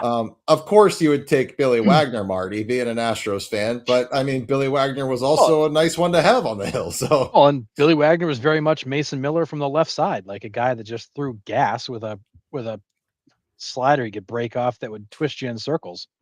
Yeah. Curtis, yeah, he's no Mo, Eck, or Papelbon yet. And I mean, I agree with that, right? Like, I prefaced it by saying, like, I understand he's got a long ways to go, right? But I mean, just looking at him and seeing the dominance, like the lights go off, the flashing lights come on, he's coming out of the bullpen, the game's over. Except for the other night, O'Neill Cruz got him for the first time in a year. And hit it 7,000 feet. On a line, like 10 feet the entire way. 155 mile per exit velo. That thing had like a vapor trail behind it, like it was an airplane. God, if I was in the stands, I would have just ducked and covered, man. I wouldn't have tried to catch that one. That was dive for your life, man. Like there's nobody caught that thing. It's catching you. Yeah. And yes, Curtis, we get it, right? Nobody's better than Mo, full stop. I agree. I mean, we're not arguing that point at all. Mariano's the best closer of all time, period. No argument. However, I will say I've seen many closers with better stuff than Mariano, but they didn't do it as long as he did. Well, I would say Mason Miller's stuff is better than Mariano's, but Mariano did it for such a damn long time. Well, and Mariano was like, "Hey, Harrison, a cutter's coming. Guess what? You're still not going to hit it." You know what I mean? Like, I thought that when we interviewed Jonathan Van Every and he told us about that at bat against Rivera, he's like, I've never seen anybody manipulate a baseball the way he did. You knew the cutter was coming, but he could cut the ball further one at bat or from pitch to pitch, whatever he wanted to do with it. Like, that's crazy. Right? When I threw a curveball, it was a curveball. Like, same movement. Yes, the location changed, but like, I didn't like grip it a little bit differently or tighter to get it to break more, right? My curveball was my curveball. Like, to have a cutter that, comes down and ends in the middle of the plate, and then same release point, same arm slot, comes out on the same plane, and then ends up a foot inside. Yeah. Like, and then off his back foot ankle, I think Van Avery said, he was just like, it was insane. He's like, I'd never seen anything like it. So, yeah, I mean, not arguing that Mariano's the best closer, best to ever do it. One pitch, wild. But Mason Miller could be on his way for sure. Just like you said, with the stuff alone, it's wild. Yeah, if he stays healthy and keeps at it, he'll definitely be a Hall of Famer, and he may be in that one of those guys chasing after Rivera. Yeah. Because he's young enough, he could still make that run. I mean, Mason Miller is only 28. Sorry, 28. That's right. 'Cause this is his fourth year, Yeah. but he's got 82 career saves in 4 seasons, and he spent a couple of those years on pretty bad teams. Yeah. Pretty bad. I'll try I mean, really bad. the A's teams he was on were awful. Yeah.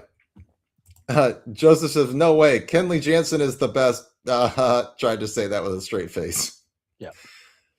I mean, Jansen's a weird one to talk about too, for sure. But yeah, he's got to be up there in this era, at least, for one of the best closers. He's done it for so long. Yeah. And I still worry with a guy like Mason Miller that some team is going to turn him into a starter and ruin him, and we'll never get to see what he could be. Please no. And also, like, if you could just put him on a good team where he could have like a 40 or 50 save season, like that'd be awesome. Having 28, 26 because you're on teams that are terrible is frustrating. Like, it's his first 4 years. He's got 82 saves in 4 years. Not bad. But he could easily have like 150 saves in 4 years if he's on teams that didn't suck. Right. Yeah. Yeah, he's had the best year of any other reliever in MLB. Yeah. Aaron Ashby would like a word, but just saying. Some people think Mo isn't just the best closer ever, but one of the best pitchers ever. Yeah, I can get behind that, Silix. Like I said, you knew it was coming. You still couldn't hit it. Except against the Red Sox in the playoffs. I mean, otherwise, he was great. Yeah. I just can't imagine being at the highest level. The hitters know what I'm going to throw them, and they still can't touch me. No, and there were hitters that would like actively go to managers and be like, Mo's coming in, take me out. I don't want to face him. Like, I know I can't hit him. Yeah, I'm just going to add a bat to his rocking chair. Right. I'm just going to turn 2 or 3 bats into firewood. Crazy. Brutal. All right, Gino Suarez placed on waivers by the Reds. Will a team pick him up? No. I mean, what? I mean, let me take it back. I guess why? Like, why would a team pick up a guy in Gino who, for the last 2.5 seasons, has barely hit 200? He's hit some home runs, but he's so feast or famine. Like, unless you're a team that like is seriously lacking any power at all, like, why? Why would you go get this guy? He's right now he's hitting 208, 295 OBP, 410 slugs. He's still hitting home runs. Still got 19 home runs. But he's an all he's your true outcomes guy now. That's all he is. Yeah, and I don't know if there's a team that really needs that. I don't think it's worth bringing him on. Do the Mariners try? No, I mean, that was such a disaster. He was so bad last year. I mean, if you're the Mariners, the last thing you do is talk to this guy because he was completely useless to you when he got there. All right, so to the Mariners he goes. That's what I heard. But well, and he should have cleared waivers today, and I don't think anybody. Highlights is saying, yeah, he and Friedel both cleared waivers. Yeah, because they were supposed to clear this afternoon. So he can be traded. He could be traded. He could also be, outright released or DFA'd. But yeah, you could trade him, but I don't think he's going to go anywhere. Yeah, I mean, now the Reds have a choice. Yeah, Marty, with a 203 average, she needs 40 homers to be worth it. Agree. Yeah. But if you're hitting 203, 19 homers, is that what you said? Isn't going to do it. No, he's on pace for like 25 home runs this year. Like, cool. And he's also got 143 strikeouts. I mean, he might strike out 200 times this year. Well, he doesn't have a job currently, so no. Well, yeah, no. I mean, there's a good chance they may not get to that. I mean, last year he struck out 196 times. Yeah. Yeah. It's just a strikeout machine. Yeah, if you get Suarez for that 2-week stretch where he is unconscious, then yes, you do it. But the other month and a half where he's struggling to find the stroke again. It's not great. Curtis says, "I know a dumb team that will somewhere in the Bronx." Yeah, I don't know. I mean, but if he Everybody's railing on the Yankees. Sillick's the only team that pick him up with the Yankees. Greg, yeah, Sillick's man, the man yearns for the Bronx. But if he passed by the Yankees, then they don't want him either,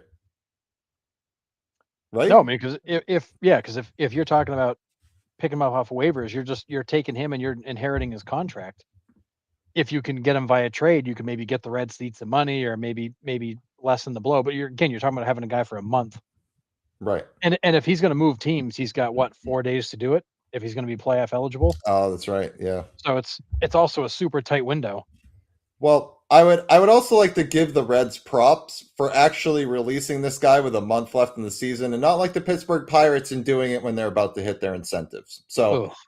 really appreciate that at the Cincinnati Reds. Give this guy maybe a 4-day chance to get on another team before the end of the year. But yeah, crazy. Well, I'm with you. I don't think he gets picked up. And we saw the Angels do this, 2 years ago? Like, all of a sudden, at the end of August, they dumped, 2 or 3 guys. Yeah. It's like, we don't, take them. They put them on waivers, and they got claimed, and guys left, and they saved a bunch of money in September on payroll for guys that weren't making a difference to them anyways. Yeah, wasn't Giolito one of those guys? Yeah, I think you're right. I think Giolito was one of those guys.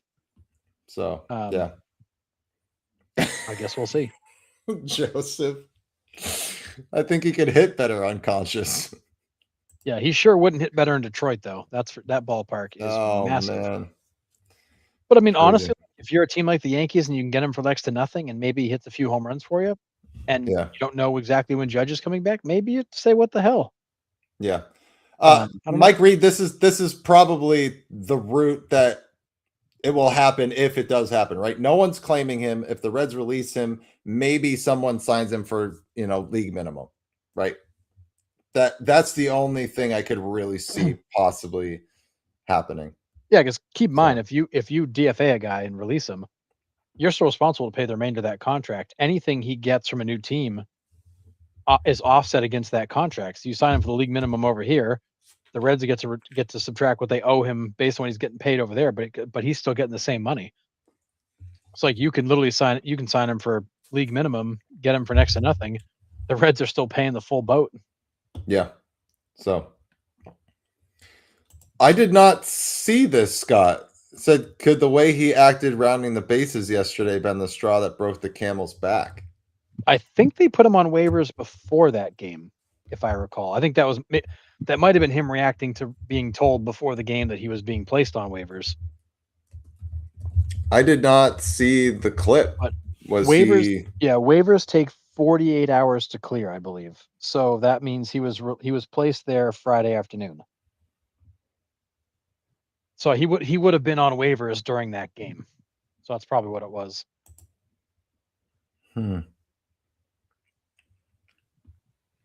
Yeah, I'm trying to look at it to see if I can find it, but I did not see that. I'll have to go ahead and see if I can find that somewhere, but crazy. All right. Really cool moment last night. I sent you the video. The audio was terrible because I was recording it off my laptop, but I was watching the A's again. Don't ask me why. But so the executive producer of the A's has been working there for like 46 years or so. He's retiring this year, and they honored him by throwing out the first pitch. Well, Dallas Braden was doing the broadcast. He kicks it to the audio to just listen in to the executive producer on how he changes the camera angle throughout the game.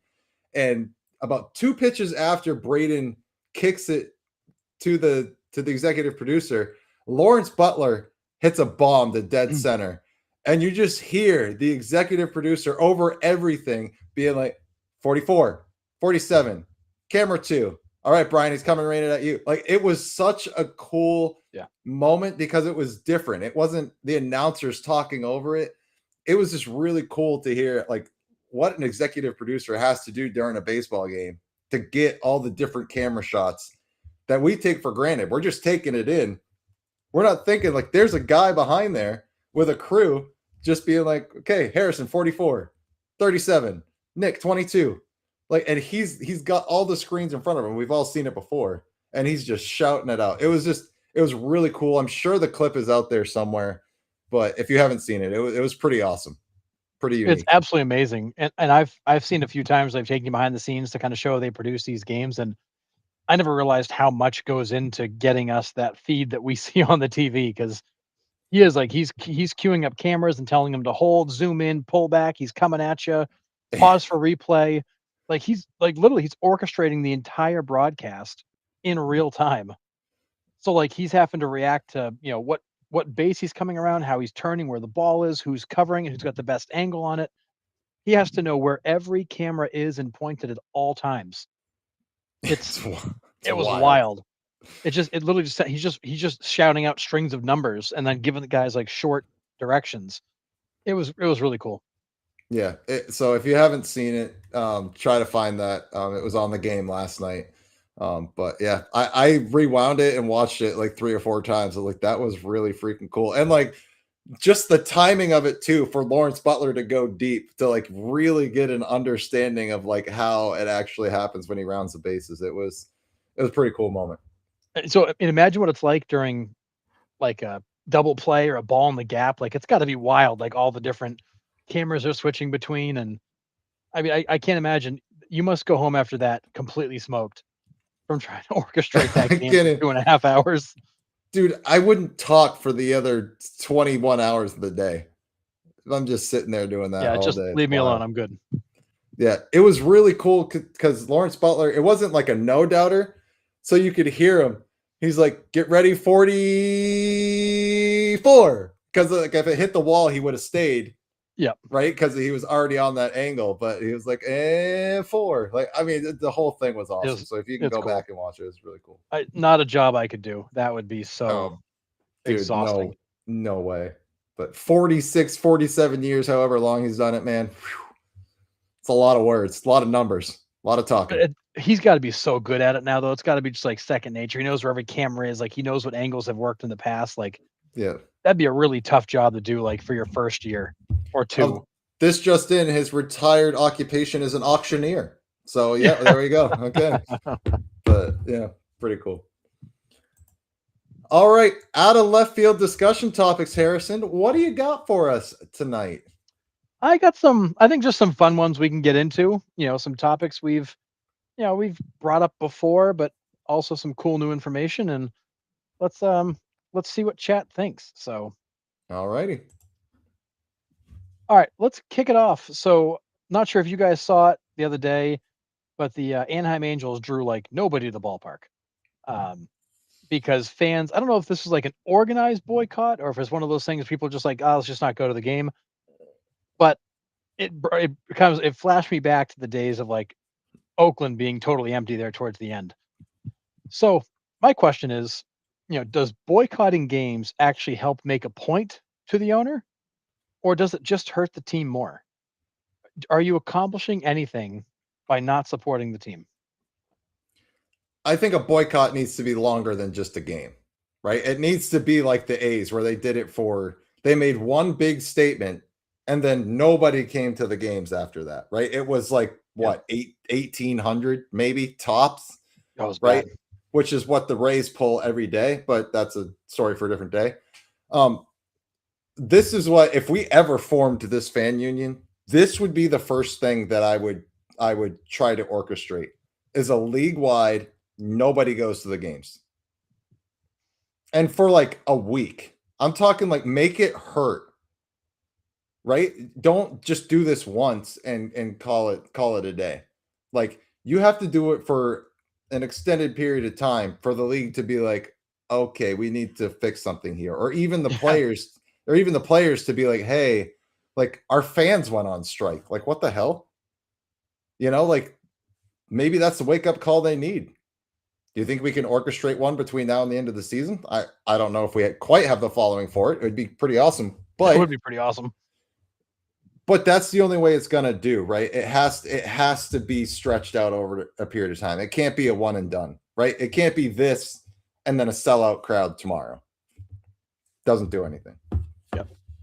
Yeah, the funny thing is, like, the Angels have actually drawn, I wanna say they're in the top 15 in baseball, which is funny because 'cause they're terrible, but they actually do draw pretty well for a team that hasn't been good. Um, but just to play devil's advocate, so the average MLB team gets about 31%, call it 30% of its revenue from ticket sales. Um, and, obviously TV is a huge piece of that, and then after that, it's concessions, merchandise, and all the other revenue sharing pools they have, but call it, 30 cents of every dollar they make comes off of ticket sales.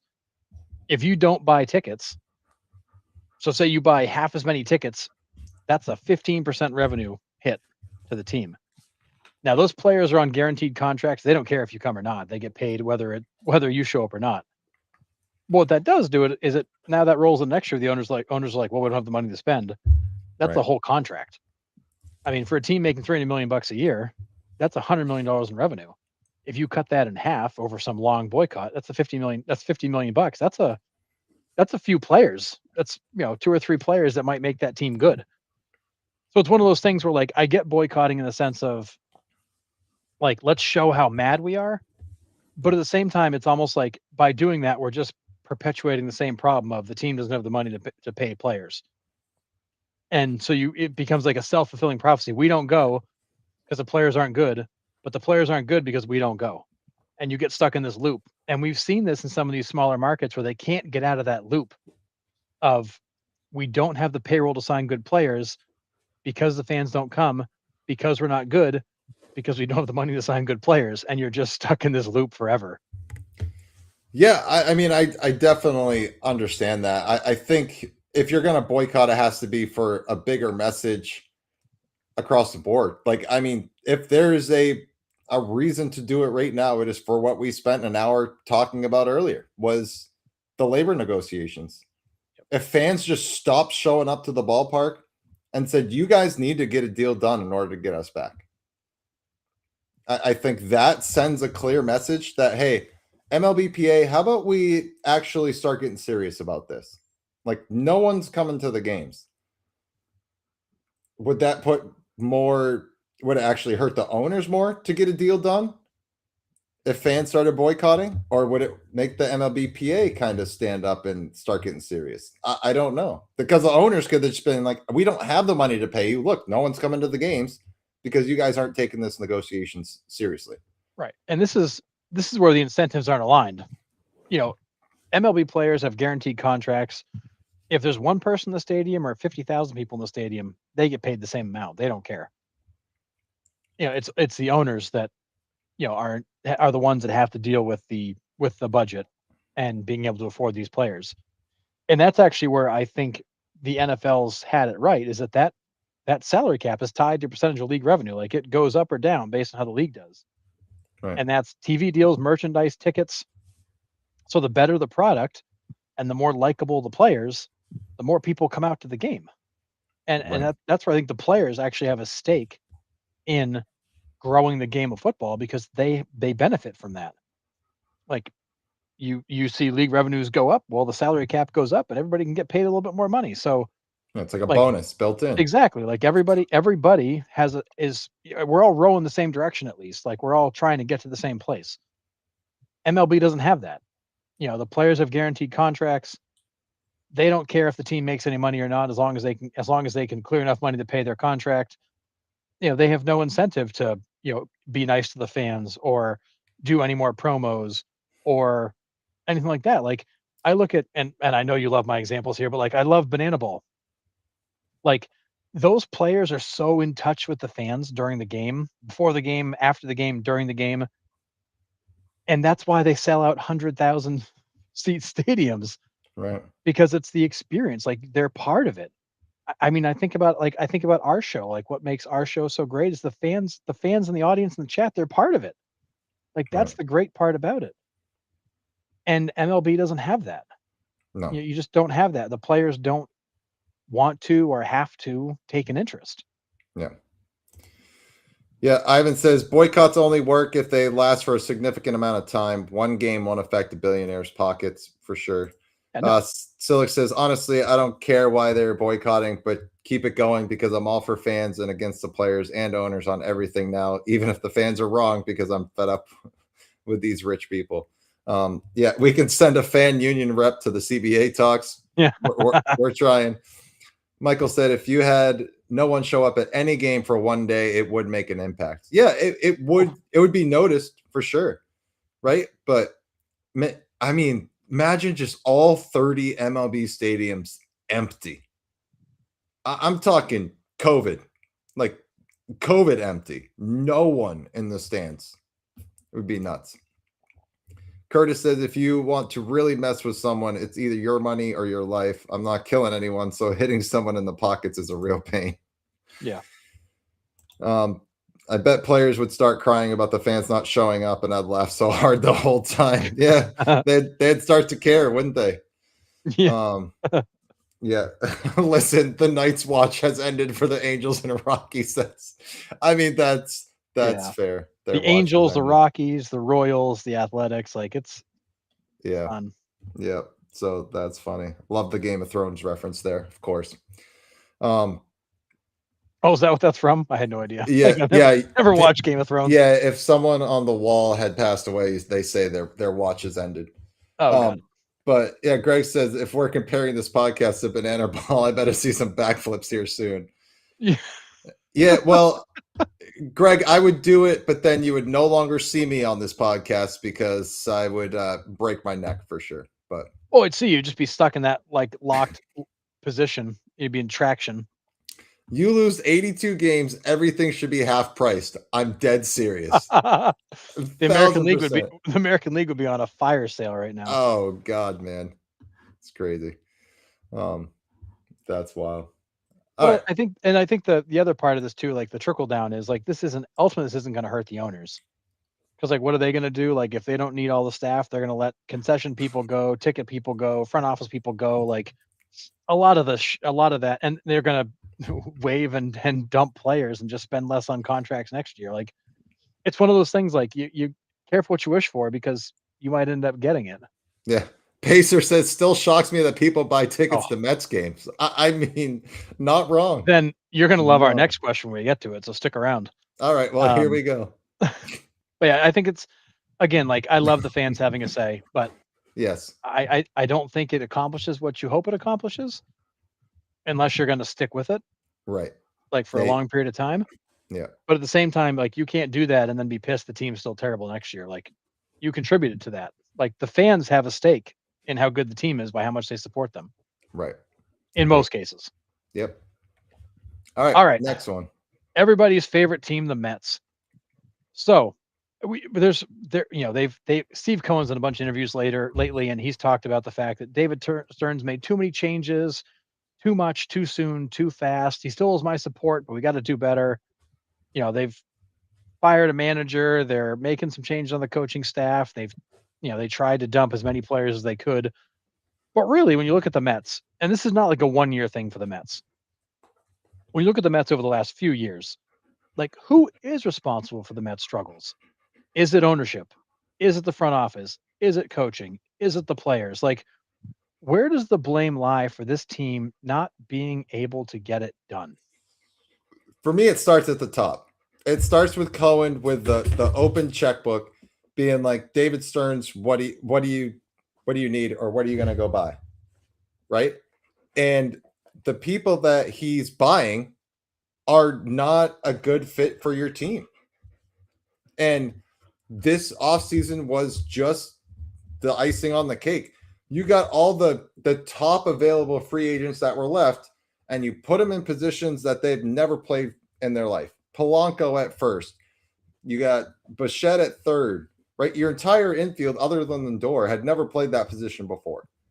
So you just bought the names. You didn't buy the baseball player. You bought the names. So it starts there.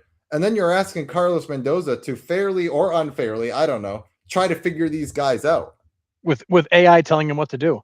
Well, I mean, there's that as well. So it's just like, I think it has to be them. Like you have to give GM some parameters to work within. I don't think you can just be like, here, have it all and just do whatever you want. Right. I think It's the top down. I think it trickles all the way down. And then highlights ask this, right? Who is the Mets team leader? Soto can't be bothered. Great Lindor doesn't question. seem to be the fit. Alonso would have been great. That's the other thing. You got rid of the longest tenured Met in Brandon Nimmo. You got probably should have been a lifelong Met in Pete Alonso. You just kind of let walk. Didn't really seriously offer him a contract. It top to bottom, man, it's a mess. Baseball gods just don't like the Mets. I mean, fair. And Mike says it's Cohen. He thinks money solves everything. And I think that's where I'm at, is he's given Stearns an open checkbook, and it's just you're buying players to buy the name. You're not necessarily getting players to build a team. Yeah, you're filling out your fantasy lineup like it's like you're in that, pay league with your buddies. Yeah. So here's my take on it. I'm done with giving Steve Cohen the pass because he's a relatively new owner and he's spent a lot of money. Every time something happens with the Mets, Steve Cohen comes out and he's got an answer for it. Like, when Mendoza got fired, we didn't think it was the right fit. You talk about the lineup and the fact that the struggles and what David Stearns and we made too many changes too fast. Steve Cohen, you've made way too much money in your lifetime and run way more complicated organizations than the Mets. And it's your job as the guy at the top to be the guy that says the unpopular thing and throws the flag when you have to. If you thought David Stearns was making too many changes too fast, where the hell were you to say, hey, stop? Like, let's think this through. If you didn't think Carlos Mendoza was the right fit to manage that organization, then where the hell were you a year ago saying we should make this change? Like, at the end of the day, Steve Cohen is the guy who's kind of like, hey guys, everything's great. I'm just gonna be blindfolded to the fact that we've got all this stuff going on. But when you tell me about it, well, yeah, I've known about it for a while. Like, I think it's a problem. Dude, you own the damn team. Yeah. If you thought the front office wasn't working right, you step in and put him back in line. Who's the guy that casts the vision? Who's the guy that points them down the right path? Who's the guy that writes the checks? It's the see something, say something. If you don't like where something's going, it's your job as the owner to shut it down. Yeah. But he just loves to sit there after the fact and Monday morning quarterback everything. Oh, that wasn't a good signing. Oh, we did too much. Oh, that wasn't the right fit. Well, dude, where the hell were you months ago when it happened? Right. Like, I'm done giving Steve Cohen the free pass if he's a new owner. He's been doing this long enough, and he's run way more sophisticated organizations and been very successful at it. This should be easy for him. Instead, it's the same story. This is the budget. This is the direction. You either follow it or you're gone. That's it. Yeah. But it's the same story. It's spend $500 million on payroll, ship them out at the trade deadline, and do it again next offseason. It's been that way for the last 3 years. It's insane. This is the guy that he sent Verlander and Scherzer away and ate a ton of money. He's constantly just throwing money at the problems. Like, honestly, like, this is the only analogy I come up with. Like, Steve Cohen is the guy that runs in with a bucket of water and puts the fire out, but he's the guy that started the damn fire. Right. Like, he wants to look like he's always trying to play that, like, aw shucks Mets fan, like, oh, I want better for us. Then you got to do better. Like, you've got to be better. Mm-hmm. And if you're not cut out to be that guy for the Mets who you want to be, then hire somebody who can be. Right. Like, and I'm not a Sam Kennedy guy, but like John Henry realized, I'm not the guy to make these calls. I'm going to hire somebody to do that for me. And I'm just going to stay focused on the really big stuff because I don't need to be in the weeds. Yeah. Steve Cohen is still in the weeds. I mean, last I knew, he still has an office in that building at Citi Field, and he's there a lot. Like, if you're going to be there and be involved, then you can't pretend like you didn't know what was going on until you realized it was a bad idea. Like, dude, you're either the guy in charge or you're not. But you can't continue to wash your hands of every problem like you just realized it too. Yeah. Ivan said David Stern's just not a good GM. He's just bad. He has this pitching lab that's anything but a lab. They destroy pitchers. Furthermore, they have no legacy. They have no identity. They have no culture. They have no leader. They need a major makeover. As a Yankees fan, I love to see this in Queens because I know my friends who are Yankees haters are miserable. I think your point about no legacy, no identity, no culture, and no leader. You hit the nail on the head. You are 1,000% correct. Who is the only lifelong Met that you can think of? David Wright, and his career ended short. Yeah, I mean, we Is thought he Pete the, Alonso would be the next one. but is he like serious question? Because I don't know if I can come up with another just a solo Met for their entire career. Is it just David Wright?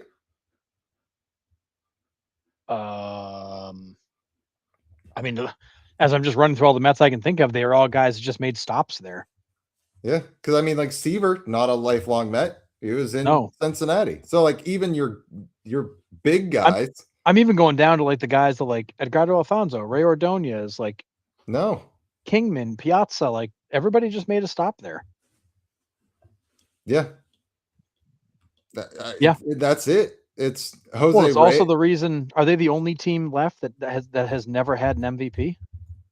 Yeah, I believe so.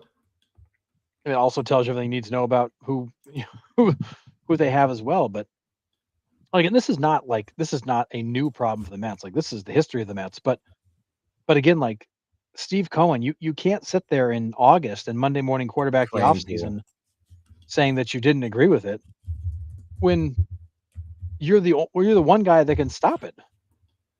Like if Right. David Stern's like, "Hey, I'm going to make these moves," you can be like, "No, you're not." Yeah. Like last time I checked, you own the team. You make the final call. You don't like the Yeah. manager? Tell the GM to change him. You don't like the trade? Don't do it. You don't like the signing? Don't do it. You don't like the roster? Blow it up. Right. Like you're the Ivan only guy says that can change that. Ed Cranepool and David Wright are the Oh, only two. Well, that's yeah, I never crazy. would have pulled a crane pull. That's wild.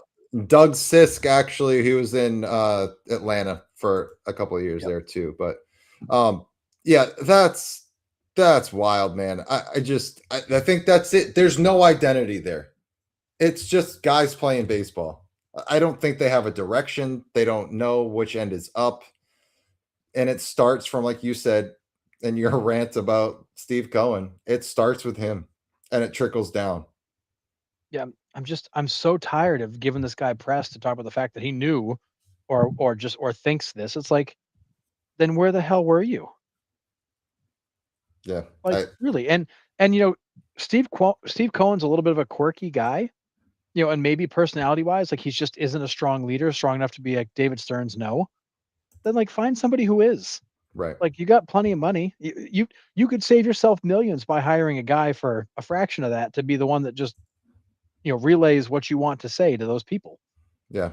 They still clamor on to 86. Mm-hmm.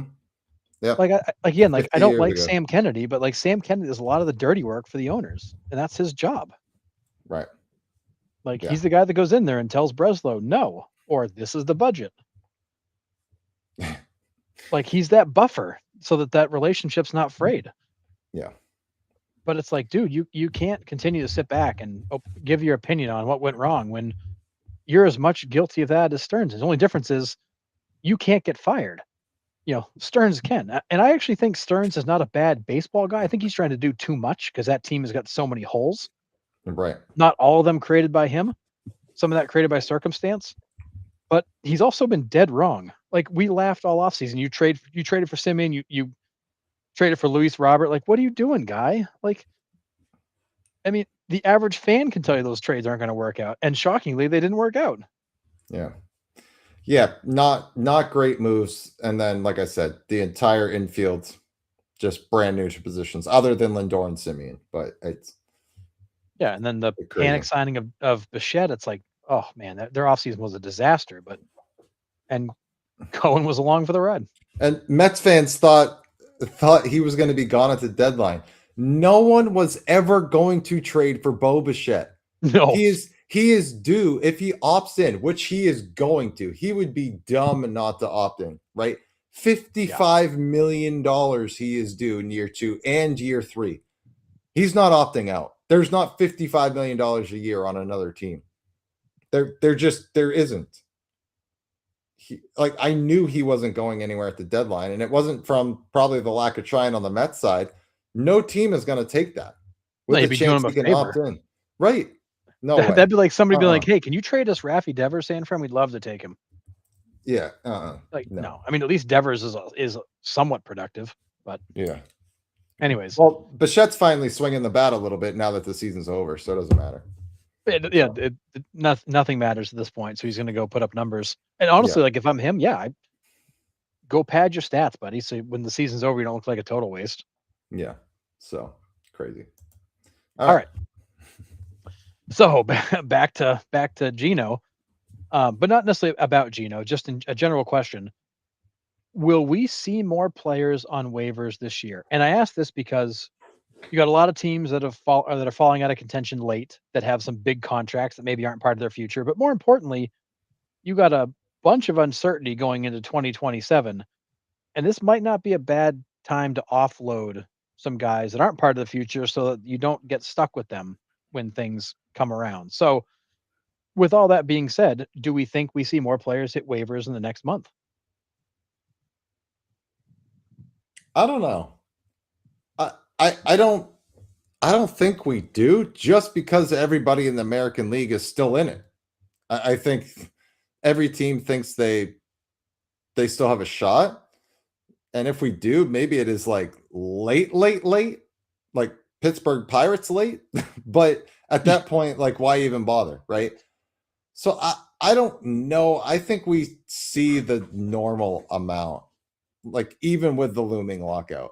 I don't think we see teams just start dropping guys to drop guys. I don't know. Interesting. Yeah, like I've just been kind of scanning the transaction wire last few days, just wondering if we're going to see a bunch more of that. Yeah, and we've seen some. We've seen let's see, we just saw it's like Arizona release Zach Littell. Like that Yeah, made we a knew lot that of was sense to coming. move on there. You had the Giants designated Buddy Kennedy for assignment, but that was to make room for Bryce Eldridge. So like that was more of a transactional decision. You've had a bunch of IL moves that I think are just getting guys off the roster to be able to call other guys up as the season comes or you get to the hard part of the season. A lot of rehab assignments. Like you've had a fair number of guys that have been, the Braves claimed a reliever from the Tigers the other day, but it was more like a depth piece, like a borderline minor leaguer. So it hasn't been like I would say big names or big contracts, but it's definitely been very active the last I would say week. Um, Yeah. and I think some of that's just roster shuffling, and I think some of that is actually just getting ahead of some of these things. Highlight says Lorenzen got dumped and Toronto signed him today. I So didn't see Lorenzen. Interesting. yeah. But I mean, we have a fair amount of injuries coming Yeah. back. So we are gonna see a lot of movement. But I think it's just normal amount. I think it's just normal shuffling. I don't see like an influx of people getting dumped. Yeah, I wouldn't be surprised. 'Cause I mean, it's hard to waive a guy after September 1st because then you give them no chance to be in the playoffs. But again, like a lot of these guys getting moved aren't going to be picked up by playoff teams anyways. Like they're playoff teams Right. for a reason. You're not dumping top tier guys. I wouldn't be shocked if we see more activity in the next couple of weeks as teams are like, well, we're down to the last few weeks. Like our odds are not great. These are some guys that really aren't part of the future. Maybe we kind of cut some bodies, and also maybe get guys out that have options. Maybe you can buy options out and dump guys so they're true free agents. Like I think there's going to be some front offices that look to do some of that. But I think at the end of the day, with guaranteed contracts and all this stuff, like it just becomes too hard to get that creative in such a short window of time. Yeah. So like I think Agree. we'll see more waiver activity, but I don't think we're going to see a lot. This No. is not going to be like a wild sell off of just like launching guys to get under some magical number. I think you're going to see some guys go, but it's not going to be a lot. Yeah. Yeah. Mike Reed says not anyone that is owed big money next year because that if you DFA, you would pay the whole deal compared to if there's a lockout and we play half a year, you would only pay a prorated amount. Yeah. Pacer says Devers on the Mets would be comedy. They might have him play behind the plate a few games. That would be incredible.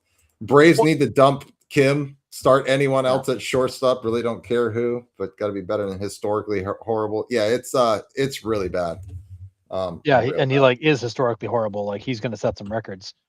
And I Yeah. think Mike Reed, I think you make a point inside of what you said that I think a lot of front offices are looking at too is, what do they think the future holds? If they feel relatively confident, like they're not going to miss a lot of baseball next year, then they may have a different approach than front offices that don't feel as confident. So I do think there's still a lot of like trying to figure out what is coming exactly. What do we think reality is? What do we think the impact could be? Because again, like once you're locked out, you're not paying any of these guys. Right. But if you really just don't want to have a guy when you start back up, maybe it's not a bad deal to, you know, DFA him and settle with him and get him out. Or if there's an option you can buy out, or maybe this is the time to make some of those moves. But there's also a good chance you could see some of that stuff done in October and November too, getting ahead of the December 1st deadline. So maybe Yeah. it's not even waivers now. Maybe you're seeing more of that as you get into the leading up to Off the season. deadline. Yeah. Absolutely. But it's an interesting spot for front offices to be in. Yeah. For sure. All right. So Last one. all right, let's talk gambling, Nick. We love gambling on this show. So The Athletic published a poll today. So I know you guys probably can't read it, so I'll read it to you real quick. So this spring, we asked 100 major leaguers across 23 teams for their response to a simple but very modern question. The players were granted anonymity to speak candidly on a variety of topics. The question they're focusing on is, has a fan ever confronted you or contacted you about a sports betting loss? 81 out of 100 respondents said yes. A National League pitcher said, "Is anyone going to answer no to this? Even if you're not on social media, people find you." One AL hitter predicted 95% would say yes. There's a comment below this even where one of the guys said, "Even if you're not on social media, they will find your family. It's happened to me." So, with all that being said, this poll wrapped up in May of 2026, got published. I want to say it got published today or yesterday. Do we have a problem? Like, are we at the point where we have a problem? Yeah. I mean, this is the MLB bringing it on themselves, though. Again, we say it all the time. They invited the fox into the hen house. Now all the players are in jeopardy. But I think this isn't just baseball players. It's also athletes across the board. Like, think of how many, football players probably get contacted about fantasy football. Mm. Right? It's kind of the same thing. Like, it comes with the territory, unfortunately. And it's probably why, sometimes we don't get guests on the show. Like, I've contacted numerous guys that just are like, no, thank you, and I have to respect it, because some fan out there at some point probably ruined it for the rest of us. Right. For sure. Because they like ragged on them for committing an error, or they were counting on them to get 2 total bases and they only got a base hit, or like, yeah, it unfortunately, like, this is the world we live in. It sucks. I hate people for this reason. Like, there's no need for it. It's Yep. it's crazy, man. And again, people can't accept defeat themselves, right? Man, I lost that bet. Oh, it's his fault.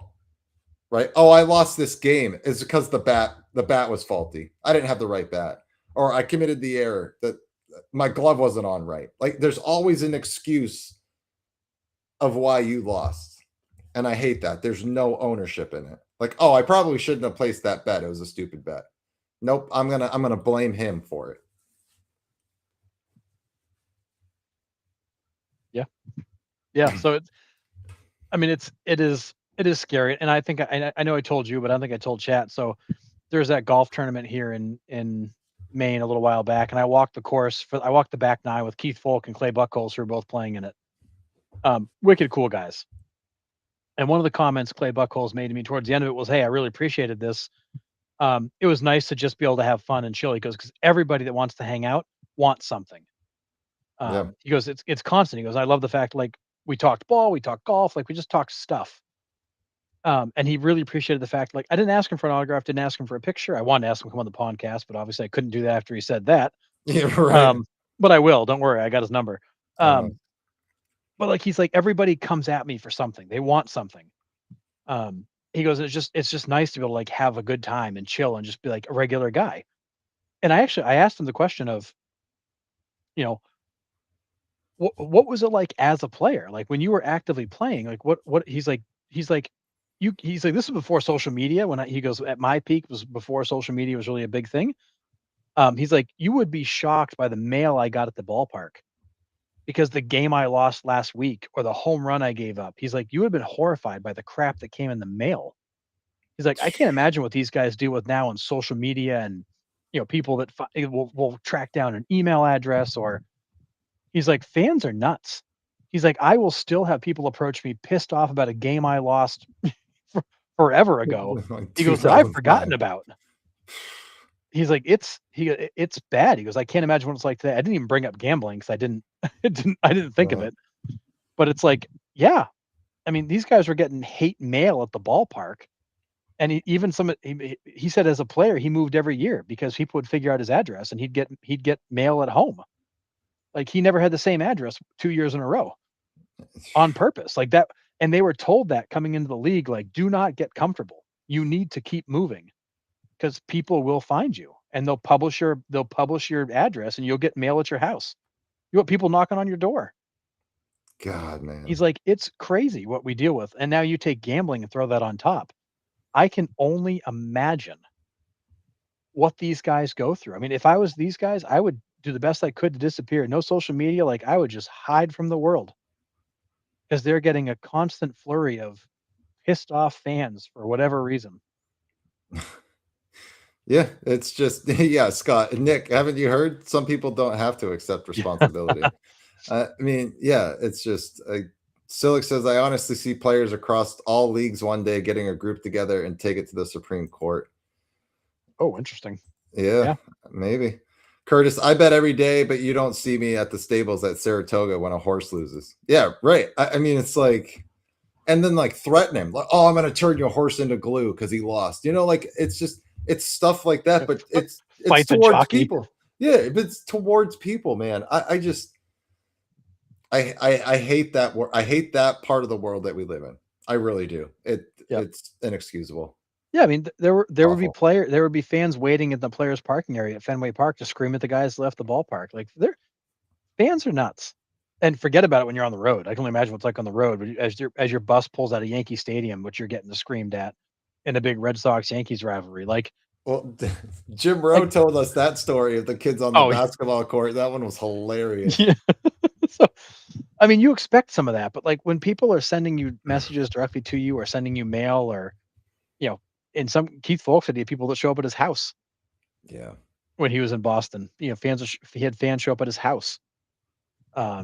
It's scary as hell. And then when you put like degenerate gamblers that are in like a really bad spot who have nothing to lose, like it's got to be real scary. Wondering who's gonna walk up to you on the street or at your front door. No, thank you.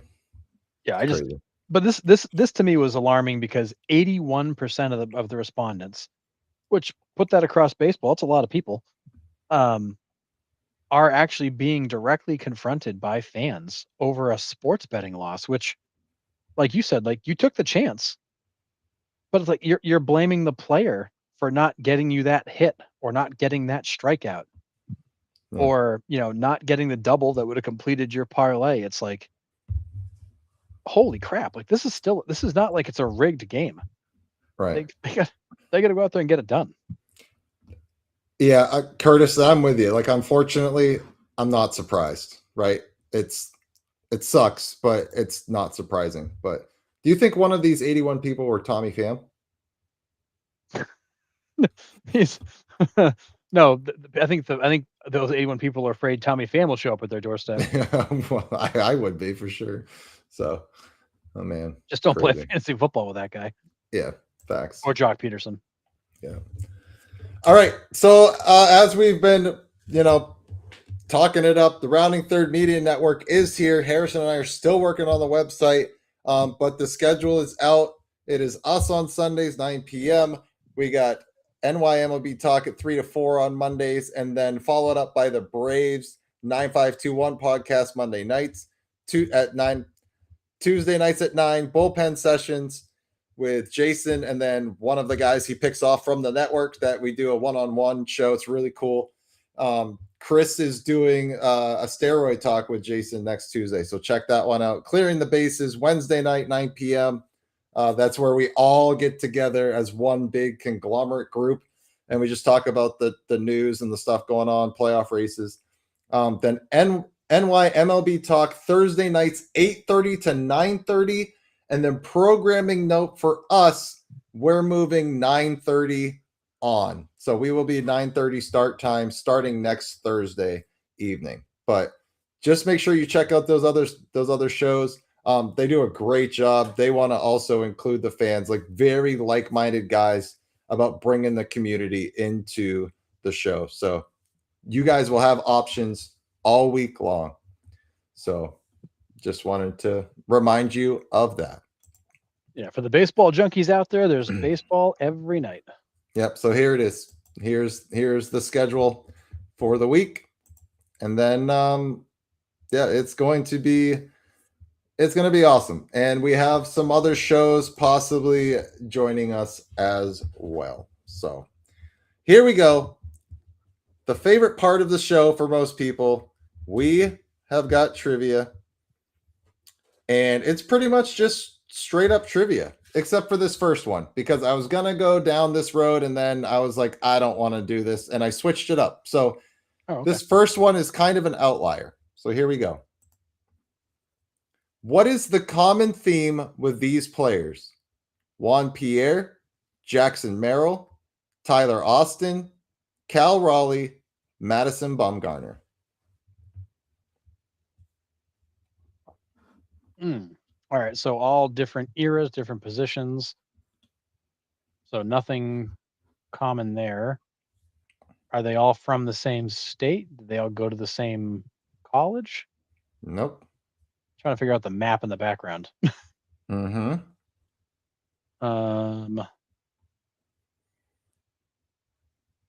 Did they all go to live in or visit the same place at some point? Nope. Okay.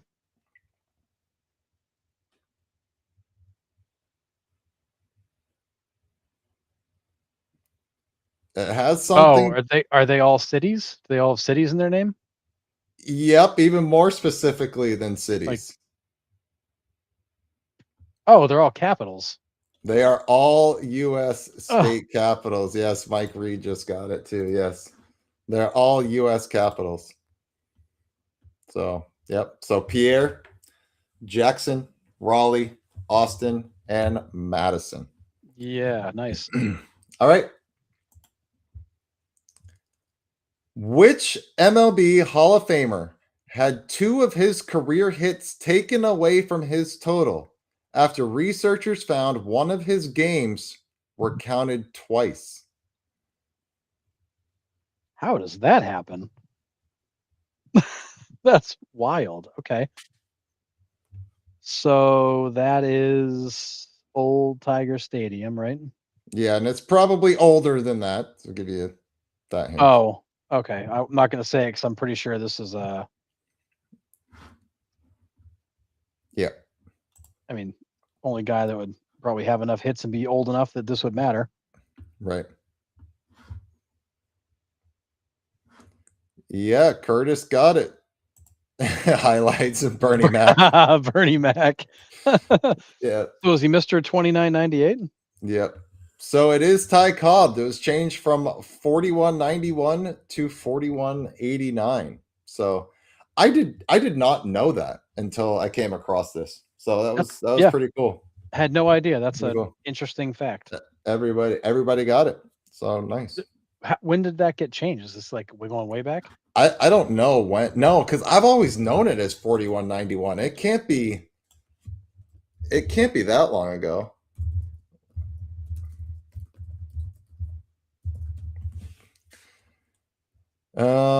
Let's see.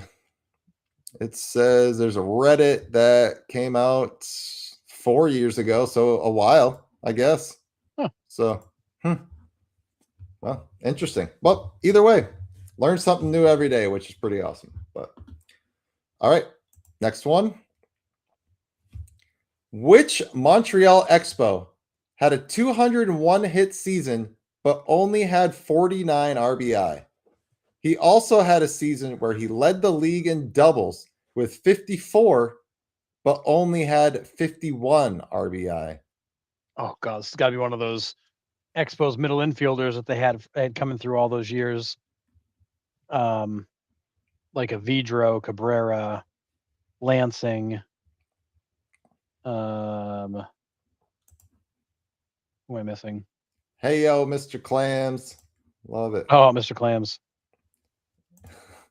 Chris, thanks, man. Love y'all's content. You stumped me a lot. I hate that. Sorry. This is where you come for the answers, though. This is where we give you the Yep. answers. Oh, It is indeed Mark Gredzalonic. Nice job, Ivan. the only guy I forgot Yes. in that group. Yes, Mark Gredzalonic. Silix got it too. Nice job. Tim Wallach, not a bad guess. Gary Carter, also not a bad. Rodney Scott, another great guess. for sure. Gredzalonic was a contact machine Yep, absolutely. back when that was a thing. Yep. All right. Who was the most recent player to record 6 singles in a 9-inning game? Now that's important. 9-inning game, not an extra, a non-extra inning game. So 6 singles, not just hits, singles in a 9-hitting game. I'm pretty sure I remember this. Yes. I said for some reason I remember this. Like, I don't know why it just jumps out, but I remember the game because it must have been. Yeah, it would have been kind of like peak baseball watching for me. Mm-hmm. Rennie Stinnett, good guess. Ichiro, another great guess. Not Ichiro. I'm going Wade Boggs. It's always a Wade good Boggs, guess. always a good guess. I believe Mr. the answer is Clams. I have absolutely no idea. Ivan has got it, man. Ivan is it's unreal. It is Raul Ibanez, 9/22/2004. Harrison actually knew that too. I got the receipts in the private chat. So yes, you knew it was a Mariner, but couldn't remember who. So yeah, so nice. Mike Cameron, not a bad guess, but he homered in 4 consecutive at bats, the same as Cal Raleigh did last week. So yes. All right.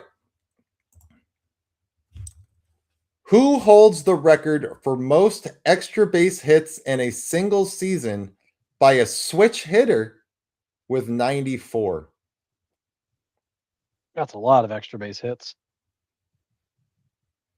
Oh, switch hitter. So that kind of narrows the field. Who hit a lot of kind of doubles and home runs? Because it's not triples. Nobody hits triples. Well, they could at this ballpark at the time, probably, if you hit it to the certain spot. Oh, which ballpark? There's so many letters I can't see the ballpark. No, that's kind of the point. Oh, is this Houston? It is Houston. I can see the Crawford boxes and the scoreboard. Mhm. Oh, so did this guy play in the day with the hill and the flagpole? Yes, for sure. Then I know who it is. Yeah. Yeah, Ivan. I agree with Ivan. Yeah, Ivan has got it. It is Lance Berkman. Yes, Lance Berkman. Yep. 94 in 2001. Yeah, Mike Reed just got it too. And Silix, yeah. J Ram or Berkman, yeah. Berkman is the correct answer for that one. Nice job, fellas. All right. I got 3 more for you. Now, sorry about the wording on this one. There was no other way that I could try to figure it out, but here we go.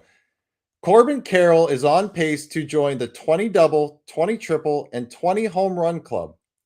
Before Jimmy Rollins and Curtis Granderson did it in 2007, who was the player that achieved the 20, 20, and 20 season before them in 1979? It's funny. He was he a who is that guy, or was he a guess who?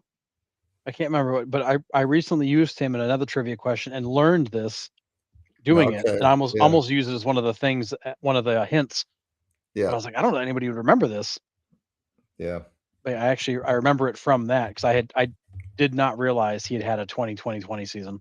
Yep. But Corbin I, Carroll's on pace to do it for the first time since yeah, 2007. I don't think of this guy as a triples hitter. No. Yeah, so we got it. Ivan got it. Curtis got it. It is George Brett. So George Brett, 2020 and 20.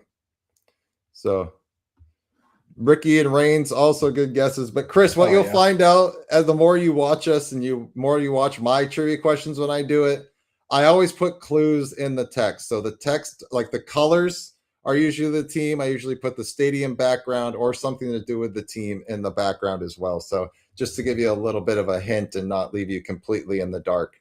I do that a lot with my posts as well. So just future hints that I only give out to people that watch the live show. So just letting you guys know. Yes, so you guys got that. George Brett is correct. All right. Burt Blyleven holds the American League record for most home runs surrendered in a single season with 50. Who holds the National League record by surrendering 48 in the year 2000? Oh, I remember this one. Yes. Yeah, I remember this was it was like fun watching to see how many home runs he'd give up in each start.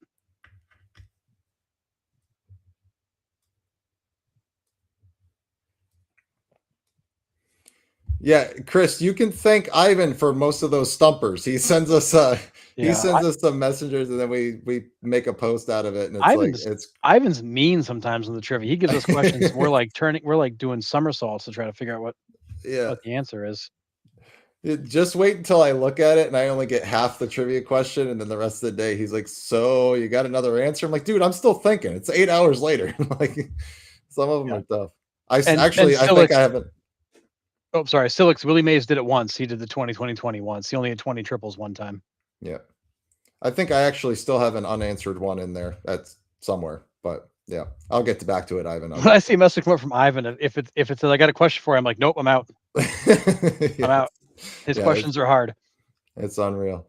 Yes, you guys nailed it. Everybody got it. Mike, Reed, Ivan, and Curtis. It is Jose Lima. Jose Lima is correct.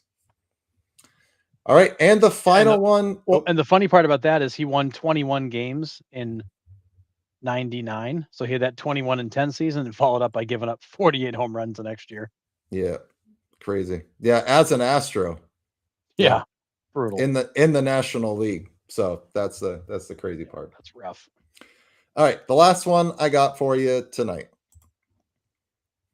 Who is the most recent pitcher to surrender 5 home runs in a single inning, happening on May 17th, 2022?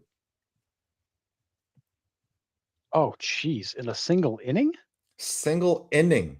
And that's Fenway in the background. It is Fenway in the background. Ryan Brazier. Oh, God, I so wish that it's not him.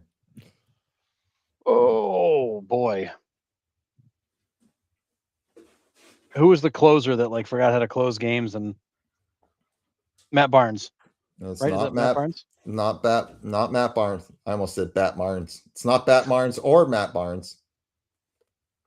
Corey Kluber's a good one. Yeah, it's not Kluber.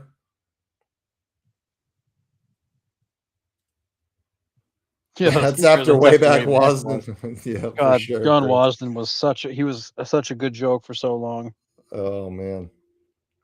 Oh, who would give up 5 in a single inning? Like, who's still in the inning after giving up 3? Like, how are you still pitching? It is the Bulldog himself, Nathan Eovaldi. Oh, it is against the Astros. I mean, he would have those blow up innings, but 5 home runs is a lot. Alvarez and Tucker hit 2 of them. Yeah. Oh, crazy. Man. Yeah, Eovaldi is correct. Yeah, Nathan Eovaldi. Like, how are you still in the game to give up home runs number 4 and 5? Like, it's early in the bullpen shot. It's got to be, right? I mean, I would hope. That's one of those like, give me everything you got nights because I got nobody else. Yeah. I mean, that's why I missed Wakefield, man. There were so many times that dude just wore it on the chin Oh, he because the did. bullpen was taxed. Just like, yeah, we need everything you got. Like, just keep throwing. We don't care what the score is. What was that start in I think it was against the White Sox, I want to say, where he threw like 176 pitches and gave up like 16 runs or something. Like it was something astronomical like that because like the manager was just like, "Hey, I don't care how many runs you give up. We can't throw anybody in the bullpen." It was some start like that, but Yeah, so he twice in his career. So Wakefield in 93 with the Pirates, he pitched all 10 innings of a game through 172 pitches.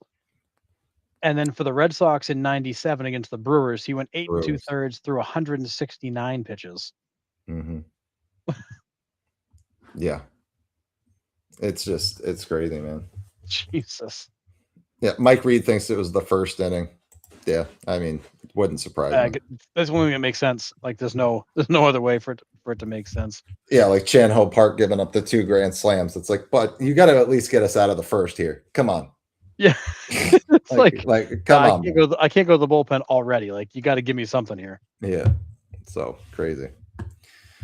All right, this is Wakefield would come out and shove 45 for a long weekend just because he totally would, man. I missed watching him. Well, I remember that they'd send him to the bullpen like on that would be he'd pitch his bullpen session on the mound to give them some innings. Like it's like, dude, can you come in and throw like 50 pitches and on like your bullpen day? Sure, why not? I'll come out of the bullpen too. Yeah. Yeah, I mean, the biggest joke for me was like every time I went to Fenway to watch a game, it was Wakefield pitching. Yeah. That was just it was what it was. I don't know if these guys know my lifetime stat at Fenway Park, do they, Harrison? It's been a while since I say some do. I can't imagine they all do. So, for all of you guys know, I grew up in Maine and went to Red Sox 13 times in my life since I've been there. I am 0-13 at Fenway Park. I have never seen the Red Sox win at Fenway. That has to be some sort of record. Has to be. 13 games, never saw a single win. Yeah. And you wonder why Nick lives in North Carolina now. The Red Sox actually paid to move him. We need you as far away from us as possible. All right, let's see. Ivan says I do have an unfinished trivia question in there. Let me dig it out. Oh, it was a good one. I got. Oh, wait. Yes, 4 players have at least one career win and a 50 home run season. Can you name all 4?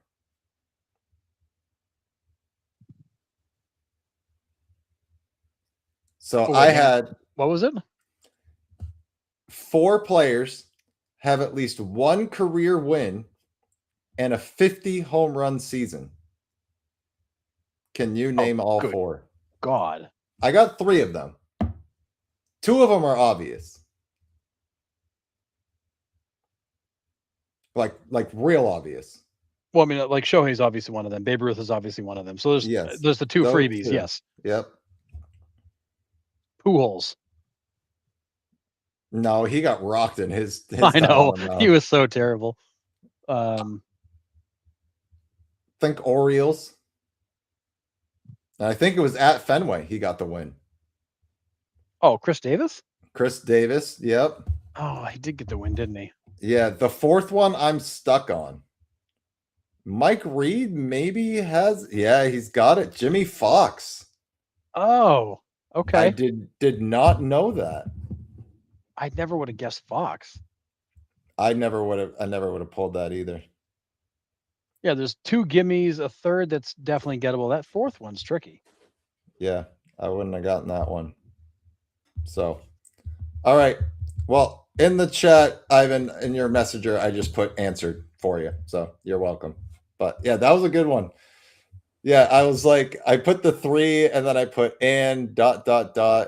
and that was it. Yeah, Chris got it. Fox was the 4th. Yeah, for sure. So awesome. Can I break some news on the show? Do it. Let's go. What do we have breaking news out of Tampa, Florida tonight. The Tampa City Council, in a 4-3 vote, approved a $2.3 billion deal for a new Tampa Bay Rays ballpark. The city will Dang. contribute $967 million in public money. All right. Is it going to be in Tampa? Have they In just Well, yes, the belief is it'll be in Tampa, but there's no. They have the redevelopment site. They've already been the redevelopment site adjacent to the Tropicana field fell through last year. So there's not a new site, I believe, selected yet. but they want to get it out of St. Pete, correct? They want to be in Tampa, not in St. Pete. Which I think they need to be for sure. Yeah, I mean, if you've been to that area much, I've been to Tampa a lot. That drive to St. Pete, it can be a nightmare, depending on when you do it. St. Pete's beautiful. It's absolutely beautiful. They got the pier area, like it's an amazing place to visit, but it's a tough place to get for So a you're game. so you're saying I got to get to the Trop before they tear it down? No, it's not worth the trip. But I mean, Okay, fair enough. I've been to that Fair enough. ballpark many times. It sucks. I mean, it is terrible. I mean, All the right. best picture I ever took of it was the one I sent you when the roof was ripped off and I was down in Tampa. That's the best picture I ever took of it because that place was a nightmare. God, yeah. So I mean, it's got to be. They have to put it in downtown Tampa somewhere, I would think. Yeah, they do have some sites that they're looking at, so it doesn't sound like they're not starting from square one. They have some places they want to put it. Um, oh, it's over by Hillsborough College. That's the site they're leaning towards. Oh yeah, totally. Hillsborough College. Yeah, I know where It's that is. it's right by the Yankee spring training facility. Gotcha. Nice. Yeah. Yeah, I love St. Pete, but that site didn't work and the field was horrible. Yeah, Yeah. so in Tampa, you got the Dale Mabry Highway that runs through. Then you've got Raymond James Stadium, and then like just a little ways over, you got where the Yankees have spring training. Then you're going to have this big redevelopment complex where the Rays live, right down the street from Raymond James. So that pretty much knocks out the Orlando Dreamers, right? Unless they somehow pull the expansion.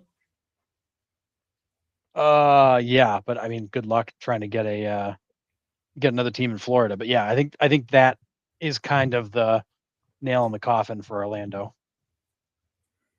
Well, yeah. Do you think they would actually think about putting a third Florida team in the MLB? No, I'm with you. I think it would be awful. I think as much as you think as much as it sounds like a good idea to have more baseball in Florida, it's proven to not work. Although I will say, I think the Rays will draw better in Tampa.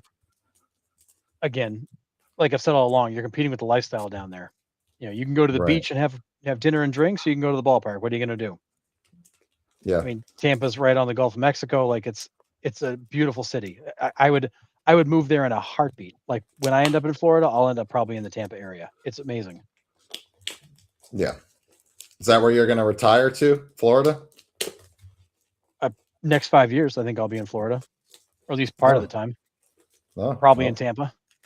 okay. All right. Love Tampa. I've been looking down there for years. I'll just keep my eye on the new developments and all that to grab a place. But um, it's a great area. So I think being in Tampa, closer to all the amenities, you'll draw better. Closer to downtown, you'll draw better. But again, like you're constantly fighting with the lifestyle. Yeah. Absolutely. Yeah, third baseball team in Florida is a bad idea. It's a horrible Yeah. idea. I would never. Uh-uh. And what's Um, funny, or the Orlando Metro is so big, and the tourists are there's so many. It seems like it's a no brainer to put a team there, but you, I don't think you'll get enough local support. yeah. Yeah, how many people were at that's that sucks Miami game Tuesday, Chris? Oof. I mean, I like Miami's park. I've been there, but they just don't sell out. Not like, That city WBC. does not care about baseball, and they Well, won't. I think they do if the right players are there to draw. I Because mean, look at the WBC, right? If you build that team to the demographic, I think you could see baseball succeed in Miami.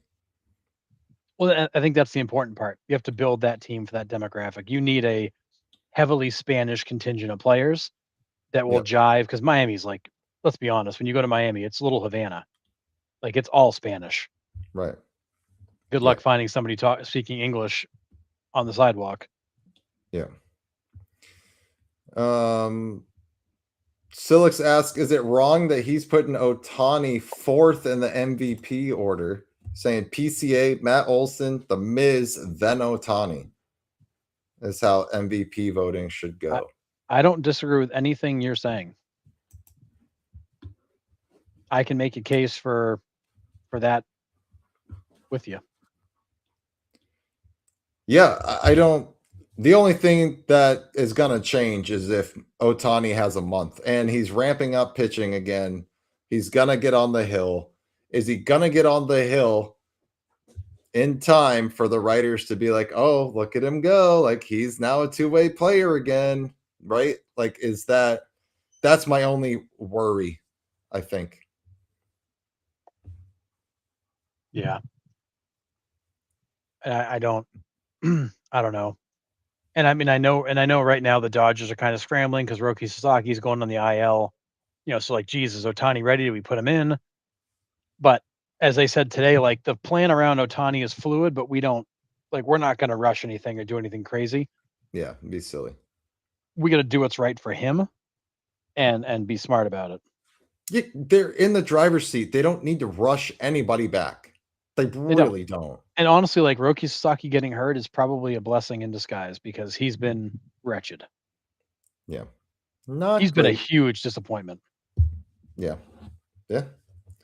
For sure. But yeah. Do you have anything else, Harrison?